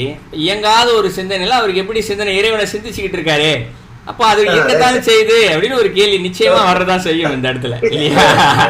நிச்சயமா. இது எப்படின்னு பார்த்தோம்னா, இப்போ ஒரு அறை இருக்குது, உதாரணத்துக்கு ஓமையாக சொல்கிறேன், ஒரு அறை இருக்குது. இது வந்து என்னுடைய நம்மளுடைய அறிவுக்கு எட்டியார் போல தான் பார்க்குறோம். இந்த கேள்விக்கு பதில்னா நம்மளுடைய சிந்தைக்கு அப்பாற்பட்டது தான் அவருடைய பதில். ஏன்னா நம்மளெல்லாம் சிற்றறிவு நம்மளோடது, குருவி மூலம் சொல்லுவாங்க, இதெல்லாம் நம்மளோடது. ஒரு அறையில் ஒரு பொருளை அடைச்சி வச்சாச்சு, சரிங்களா? ஃபுல்லாக ஒரு 100 மூட்டை அரிசி மூட்டை 100 மூட்டை அடக்கி வைக்கணும்னு சொல்லியாங்க. 100 மூட்டை அடக்கி வச்சாச்சு, ரூம் ஃபுல்லாகிடுச்சு. இப்போ இன்னொரு மூட்டை இருக்குது வெளியில், இதை உள்ளே வைக்கணும்னா உள்ள இடம் இல்லை. அப்போ என்ன சொல்லுவோம்? ரூம் ஃபுல்லாகி போச்சுப்பா, இங்கே இன்னொரு மூட்டையே வைக்க முடியாது அப்படின்னு சொல்லுவோம், இல்லையா? அப்போ ரூம் அடைஞ்சு போச்சு. அந்த மாதிரி இப்போ நம்மளுடைய எண்ணம் சிந்தனை இருக்கு இல்லையா, இந்த சிந்தனைக்குள்ள வெற்று இடங்கள் நிறையா இருக்குது. வெற்று இடங்கள் இருக்கிறதுனால இந்த ஐம்புலன்கள் என்ன பண்ணுது, கண்ணா அப்படின்னு சுற்றிக்கிட்டே கிடக்கு. ஒரு அறைக்குள்ளே ஒரு சின்ன ஒரு பறவையை விட்டுட்டோன்னு வச்சுக்குவோம், அது என்ன பண்ணுவோம், ரூமுக்குள்ளே சுற்றிக்கிட்டே கிடக்கும் அந்த ரூமுக்குள்ளே. ஆனால் 100 மூட்டையை அடைச்சி வச்சுட்டு குருவி இருக்கக்கூடிய இடத்துல மட்டும் கேப் வச்சு அந்த இடத்துல ஒரு குருவியை கொண்டு போய் வச்சுட்டு அது எங்கேயாவது சுத்த முடியுமா? சுத்தவே முடியாது, இல்லையா? அந்த மாதிரி இந்த சித்தர்கள் என்ன பண்ணுறாங்க, அவங்களுடைய மனசு ஃபுல்லாக இறைவனை கொண்டு போய் பொதிச்சு வச்சிடுறாங்க. ஃபுல்லாக இறைவனை தவிர்த்து வந்தார் அறை ஃபுல்லாக எண்ணங்கள் தோன்றக்கூடிய எண்ணங்கள் இடத்துல ஃபுல்லாக இறைவனை பொதிச்சு வச்சிடுறாங்க. ஸோ இறைவன் முழுமையாக அங்கே இருக்கிறதுனால வேறு சிந்தனை தோன்றுவதற்கு அந்த இடத்துல இடமே இல்லை முதல்ல. இப்போ புரிஞ்சிருச்சிங்களா உங்களுக்கு? இப்படித்தான் அவர்கள் இறைவனை சிந்தித்துக் கொண்டே இருக்கிறார்கள். நமக்கு சிற்றறிவு சொல்றேன் சமுதாயத்துக்கு என்ன மாதிரி சொல்றேன் பாருங்க சொல்லிக்கிட்டே வரேன். ஒன்னா சொல்றேன், நான் சொல்லி முடிக்கல, சொல்லிக்கிட்டே தான் இருக்கேன் நான் இன்னும். சரிங்களா? ஓகே. ஸோ இதுதான் அதற்கான முதல் கருத்து. எண்ணத்தை ஃபுல்லாக உள்ளே வச்சுருக்காங்க, வேறு சிந்தனை வரணும்னா கூட இடமே இல்லை அவங்க மனசுக்குள்ள. அதனால் அவர்களுக்கு அந்த சிந்தனை இல்லை. ஒன்று. இரண்டாவது, அறிவியல் நமக்கே ஒன்று சொல்லுது. நம்மளுடைய சொன்னா மனசு என்று ஒன்று இருக்குது, உள் மனது என்று ஒன்று இருக்கிறது, ஆள் மனது என்று ஒன்று இருக்கிறது. நம்ம சைக்காரிஸ்டே சொல்லுவாங்க இல்லையா, அவர்களை தூங்க வைத்து ஆள் மனதிற்குள் சென்று நாங்கள் பேசுகிறோம், சைக்காரிஸ்டாக செய்கிறோம். அப்போ ஆள் மனசில் என்ன இருக்குது? மேல் மனது, உள் மனது, ஆள் மனது. ஆள் மனசில் என்ன இருக்கும்? எதுவுமே ஞாபகம் இருக்காது. சென்ற பேரவையுடைய தொடர்ச்சியெல்லாம் கூட உள்ள பதியப்பட்டிருக்கும் அப்படின்றது அறிவியலே சொல்லுது இந்த இடத்துல. ஸோ அப்போது 3 விஷயங்களை அறிவியல் சொல்லுதுன்னா அதற்கும் உள்ளாக, அதாவது இந்த எண்ணங்கள், இந்த மனத்திற்கும் மூலம்னு ஒன்று இருக்குல்ல. இப்போ சத்தம் ஒன்று வருதுன்னா அகத்தியம் சொன்னோம் இல்லையா, சத்தம்லாம் வரக்கூடிய ஆரம்பிக்கக்கூடிய இடம் மூலம்னு ஒன்று இருக்கு இல்லையா.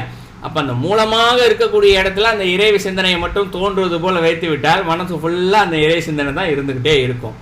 ஸோ அதனால் இது ஒரு கருத்து, வேறு சிந்தனை வராது என்பது ஒரு கருத்து. வேறு இடமே கிடையாது அந்த இடத்துல. உள் மனசு, ஆள் மனசு, மேல் மனசு, ஆரம்பிக்கூடிய எல்லா இடத்துலையும் இறைவனை கொண்டு போய் வச்சாச்சு. அதனால் வேறு சிந்தனை வராதுன்றது ஒரு கருத்து.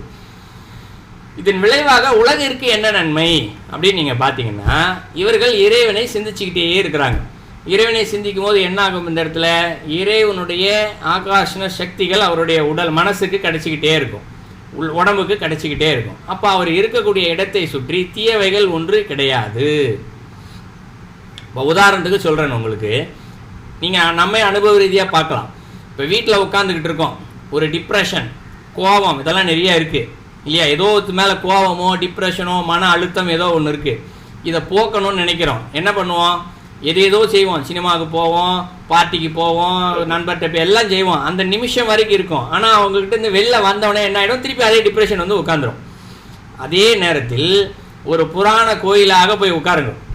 கோயிலேருந்து வெளில வரும்போது என்ன சொல்லுவோம்? அப்பாடா இப்போ தான் நிம்மதியாக இருக்குப்பா, கொஞ்ச நேரம் உட்காந்துட்டு வந்தேன் நிம்மதியாகிட்டேன் சொல்லுவோமா? அப்போ எங்கே போச்சு அந்த டிப்ரெஷன்? நண்பர்கள்கிட்டயோ சினிமாவுக்கோ எதை போனாலும் சரி போகாத ஒரு உளைச்சல் கோயிலில் போய் உட்காந்துருந்தே போயிடுச்சு. காரணம் என்ன? நம்மக்கிட்ட இருக்கிறது நெகட்டிவ் தாட்ஸு, அவங்கக்கிட்ட இருக்கிறது பாசிட்டிவ் தாட்ஸு. அங்கே போய் உட்கார்ந்தவொடனே பாசிட்டிவ் என்ன பண்ணுது? நெகட்டிவ் எல்லாத்தையும் அழிச்சிருது இந்த இடத்துல. அப்படி தான் போகுது. ஸோ அவர்களுக்கு நீங்கள் சொன்ன சித்தர்கள்கிட்ட இருக்கக்கூடிய அந்த எண்ண நிலையானது உலகிற்கு எண்ணமே கொடுக்கறது அப்படின்னா இங்கே இருக்கக்கூடிய தீயவற்றை அழித்து கொண்டே இருக்கிறது. ஸோ அழித்து என்ன பண்ணுது? நம்ம எல்லாத்தையும் இறைவன் நோக்கிய பயணத்திற்கு கொண்டு போகுது. அவ்வளோதான். இதுதான் நீங்கள் கேட்டதுக்கான பதில். காரணம் என்று சொன்னால் உலகத்திற்கு என்ன நன்மைன்னா இங்கே இருக்கக்கூடிய நமக்கு தெரியாத, நம்ம கண்ணுக்கே தெரியாத பல தீயவைகளை அவர்கள் அழித்து கொண்டே இருக்கிறார்கள். சரிதானுங்களையா?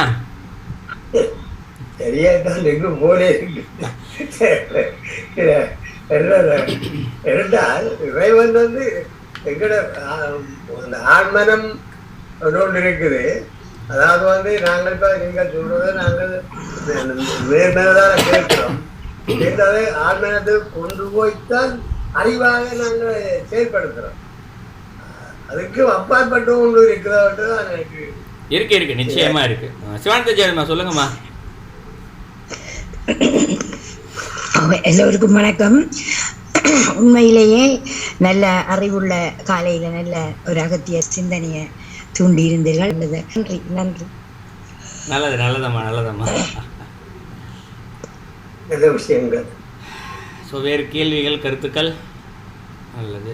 யாருக்கும் கேள்விகள் கருத்துக்கள் இல்லாத பட்சத்தில் சிரிஞ்சி மேடம் ஆமாம் நிறைவுக்கு வருவோம். அது அநேகமாக எல்லாருக்கும் விளங்கிட்டுல இவ்வளோ காலத்தில் எத்தனையோ தரம் கேட்டிருக்கோம். இன்றைக்கு எல்லாரும் கொஞ்சம் கொஞ்சமாக பிரிச்சு தொகுத்து அம்மா ஊடுனா ஏறக்குறைய ஐயா ஸ்பீச் அளவுக்கு அவன்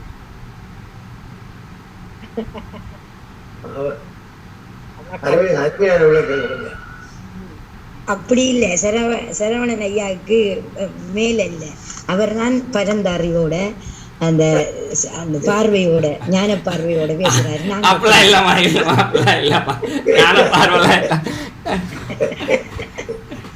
ரொம்ப பெரிய வார்த்தை அதெல்லாம் சொல்ல.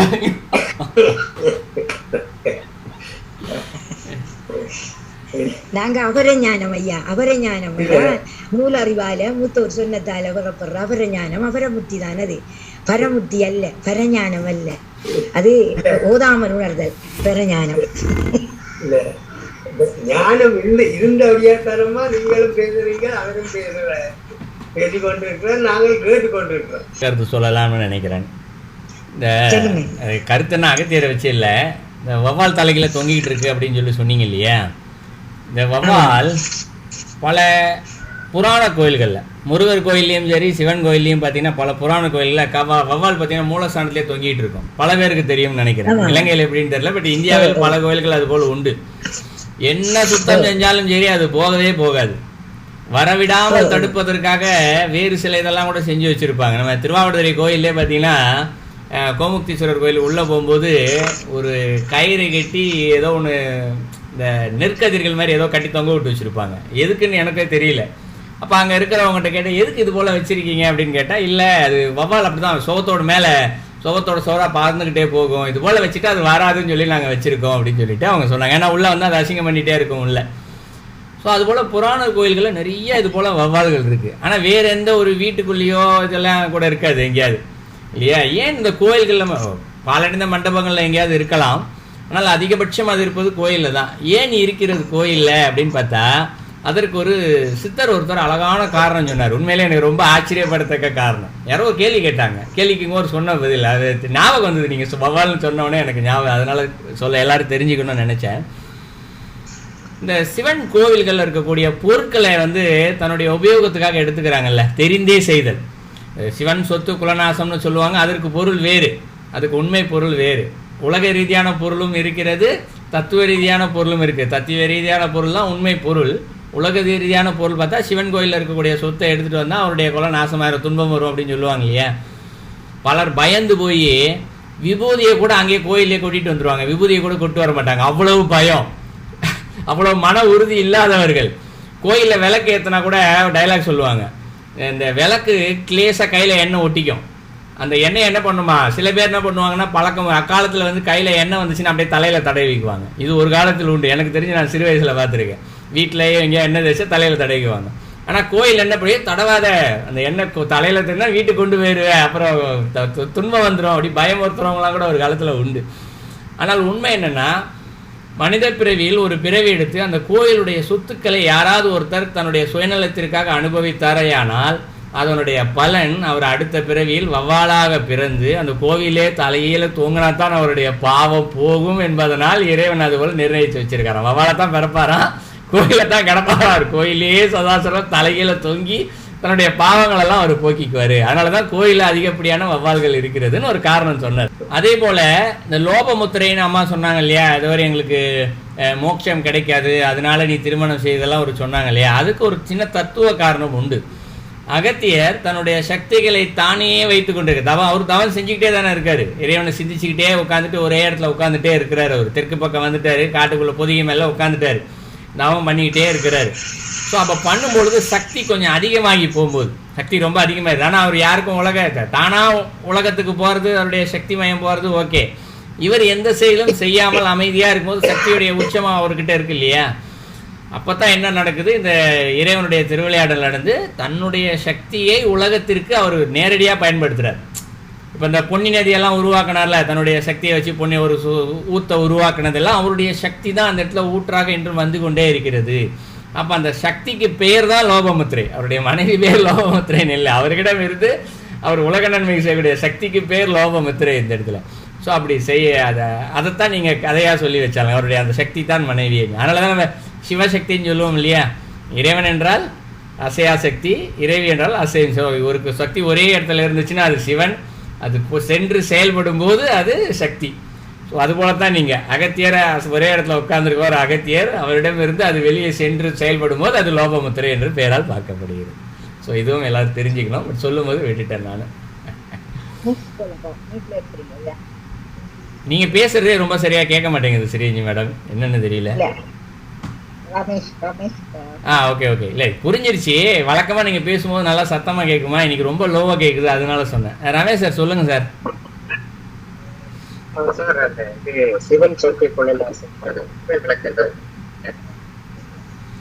ஓ, அது ஆக்சுவலாக எல்லாருக்கும் தெரியும்னு நினைச்சேன், அதனால தான் சொல்லலை நான். சிவன் சொத்து குலநாசம் அப்படின்னா என்னன்னா, இப்போ நாம் இருக்கோம் இந்த இடத்துல, ஒரு மனிதன் இருக்கிறார், அவருடைய மிகப்பெரிய சொத்து என்றால் என்ன அப்படின்னு பார்த்தா அவரிடம் இருக்கக்கூடிய விந்து தான். ஸோ அதை அவர் சிவன் சொத்து அதுதான். நீங்கள் அதை சிவன் சொத்து இப்போ விரயம் பண்ணிக்கிட்டே இருக்காங்க. அது என்ன, அடுத்த சந்ததியினர் உருவாக வேண்டும் என்பதற்காக விரயம் செய்து கொண்டே இருக்கிறார்கள். அதனால் என்ன ஆகுது, சொத்து வீணாக போகுது. ஆனால் ஒரு நபர் தன்னுடைய ஒரு குறிப்பிட்ட காலம், அது குறிப்பிட்ட காலம்ன்றது சும்மா ஒரு 6 மாதம் 1 வருஷம் இல்லை, குறைந்தபட்சம் 12 வருஷம் 12 வருஷம் அதை விரயம் செய்தாமல் ஒருவர் வைத்திருந்தாரே ஆனால் அது என்ன பண்ணுது, அவருடைய மூலாதார சக்கரம் கிளம்பிடுது. ஸோ மூலாதார சக்கரம் கிளம்பி சகசரதளத்துக்கு போக ஆரம்பிச்சிடும். ஆனால் மூலாதாரம் கிளம்புறதுக்கே 12 வருஷம், சகசரதம் போனதுக்கு இன்னும் சில வருடங்கள் ஆகும். ஆனால் மூலாதாரம் ஒருத்தருக்கு கிளம்பிருச்சு அப்படின்னா அவருக்கு இச்சை என்ற சிந்தனையே இருக்காது. காம எண்ணம் இச்சையே துள்ளி அளவும் இருக்காது அவருக்கு. அப்படி சிந்தனை வேறு போல இருக்கும் இந்த இடத்துல. அப்போ அவருக்கு என்ன ஆச்சு, திருமணம் செய்து கொள்ள வேண்டும் என்ற விருப்பம் இருக்காது, தன்னுடைய சந்ததியினர்கள் கிடையாது. அப்போ அவருக்கு குலமே கிடையாது. இப்போ இன்னைக்கு உங்கள் தாத்தான்னு ஒருத்தர் இருக்காரு, அவருடைய குலம் யாரு, நீங்கள், அவருடைய வாரிசுகளாக இருக்கக்கூடிய நீங்கள். தாத்தாவுக்கு தாத்தா எல்லாம் வரிசையாக வருது, உங்களுக்கு மகன், உங்களுடைய வாரிசுகள், உங்களுடைய குலம் தலை தோங்குது அப்படியே. ஆனால் இந்த இவர் தன்னுடைய சொத்தை இறைவனிடம் சென்றது யாக சக்தியின் மூலமாக சொல்லும்போது அவருக்கு திருமணம் இல்லை, வாரிசு இல்லை, குலமும் இல்லை. அதுதான் குல நாசம் என்று சொல்லுது. அழிஞ்சு போச்சு, அந்த குலமே அழிஞ்சு போச்சுன்னு சொல்லுவோம் இல்லையா, இதுதான் அழிஞ்சு போச்சுன்னு அர்த்தம். குலம்தான் அழிந்ததே தவிர்த்து அவர் வாரிசு இல்லாமல் போனதை தான் அவங்க அப்படி சொன்னாங்க. ஆனால் இவர் இறைவனடி சேர்ந்து விட்டு இறைவனுடைய பயணத்தில் போக ஆரம்பிச்சிருவார் யோக மார்க்கத்தில். அதான் அதனுடைய பொருள். வாரிசு இல்லாதாக்கள் அது வேறு, வாரிசு இல்லாத ஆட்கள் என்பது வேறு, தங்களுடைய சொத்தை வீணடிக்காமல் இருப்பவர்கள் என்பது வேறு. வீணடிச்சு வாரிசு இல்லைன்னா அது வேற, அது வினை பயன். சரிங்களா, இவர்கள் வீணடிக்கவே இல்லை, அதுதான் நீங்க. அதுவும் ஒரு நன்மைக்கு தான் பார்க்கணும் இந்த இடத்துல. நான் ஏற்கனவே ஒரு முறை சொல்லியிருக்கேன், ஒருவருக்கு திருமணம் நடைபெறவில்லையா அவர் மகிழ்ச்சி தான் படணும். ஐயோ கல்யாணம் நடக்கலையேன்னு சொல்லி உடனே அவங்க வீட்டில் இருக்கலாம் கவலைப்படக்கூடாது. குழந்தை இல்லையா அவர் மகிழ்ச்சி தான் அடையணும்.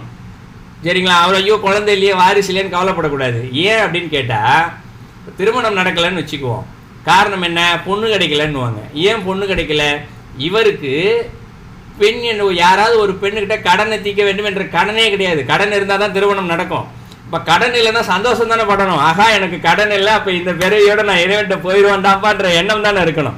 ஏன்னா பெண்ணிடம் இருக்க கடன் என்ன, ஒரு ஆணுக்கு பெண் என்னென்ன அவருக்கு என்ன தேவையோ அதெல்லாம் வாங்கி கொடுக்க வேண்டும் என்பது ஆணோட கடமை.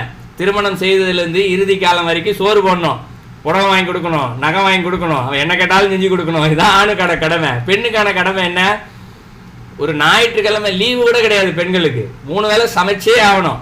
இன்னைக்கு பொங்கல்ப்பா லீவு எனக்கு, நான் இன்னைக்கு விடுமுறை சமைக்க மாட்டேன் அப்படின்னு சொல்லவே முடியாது இல்லையா. 3 வேளையும் சமைச்சு தான் ஆகணும், 3 டெய்லி துணி துவச்சி ஆகணும். இப்படி கணவருக்கான பணிவிடைகளை அவர்கள் செய்து கொண்டே இருக்க வேண்டும். இது பெண்களுக்கான கடமை, பெண்ணுக்கு ஆணின் மீது இருக்கக்கூடிய கடமை. இந்த கடமை இருக்கிற வரைக்கும் அவர்களுக்கு திருமணம் என்ற ஒன்று நிச்சயமாக இருக்கும். சரிங்களா, அப்போ திருமணம் ஆகலை அப்படின்னா அவருக்கு கடன் இல்லைன்னு பொருள். அதனால தான் பொண்ணு கிடைக்கல. நீங்கள் எந்த பெண்ணை திருமணம் செய்கிறார்களோ அது ஏற்கனவே நிர்ணயிக்கப்பட்டது. இவர் பிறக்கும் போதே பெண்ணும் இன்னொரு பக்கம் எங்கேயோ பிறந்துடும், இந்த பெண்ணை தான் திருமணம் செய்யணும், 2 பேருக்கும் கடன். குழந்தை பிறக்குதா, அதுவும் அதே போலத்தான். பையனுக்கு பிறந்தது முதல் அவனுக்கு பொண்ணாக இருந்தாலும் பையனாக இருந்தாலும் திருமணம் செய்து வைப்பது வரை அவருடைய கடமை, அம்மாவுக்கும் அப்பாவுக்கும் கடமை. அதனால தான் அவருக்கு மகனாக பிறக்கிறாரு. அப்போ மகனே என்ற ஒன்று பிறக்கலைன்னா அப்போ கடன் என்ற ஒன்று இல்லை. ஒரு குழந்தைக்கு நாம் அவருக்கு சம்பாரித்து போடணும், கல்வி கொடுக்கணும், அறிவை கொடுக்கணும், அவருடைய வாழ்க்கை ஃபுல்லாக தேவையான செஞ்சு கொடுக்க வேண்டும் என்ற கடனானது இல்லை என்றால் அவருக்கு குழந்தை இருக்காது. அப்போ அவர் மகிழ்ச்சி அடைய வேண்டும். ஆகா எனக்கு ஒரு பெண்ணுக்கிட்டேயும் கடன் இல்லை, ஒரு குழந்தைகிட்டையும் கடன் இல்லை, உறவுன்ற கடனே இல்லை, அப்போ ஜாலியாக சாப்பிட்டு சாமியை நோக்கி போகணுன்றான்ற ஒரு எண்ணம் வந்துச்சுனாலே அவர் சந்தோஷப்படுவார் இந்த இடத்துல. ஆனால் இங்கே உள்டாவாக நடக்குது நம்ம உலகத்தில். ஐயோ குழந்தை இல்லையே, ஐயா திருமணவாளிகள் எல்லாம் கவலைப்பட்டு இருக்காங்க. ஆனால் உண்மை கருத்து இதுதான். மனம் சில பேருக்கு இது ஏற்றுக்கொள்ள மறுக்கும், மனம் ஏற்றுக்கொள்ள மறுத்தாலும் உண்மை அதுதான். அங்கு இளமுத்தம்மா இல்லாத பட்சத்தில் மகேஷ் பெறுவோம்.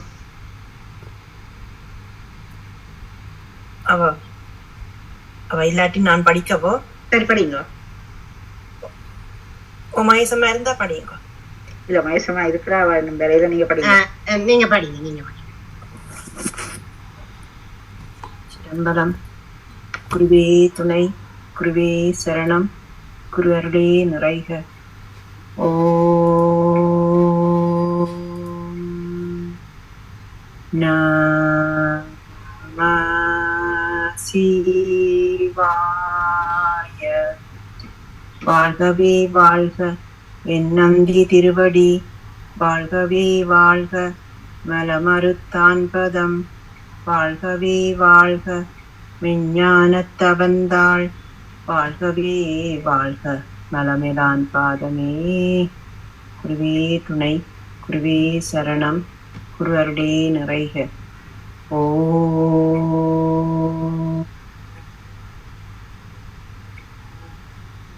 நம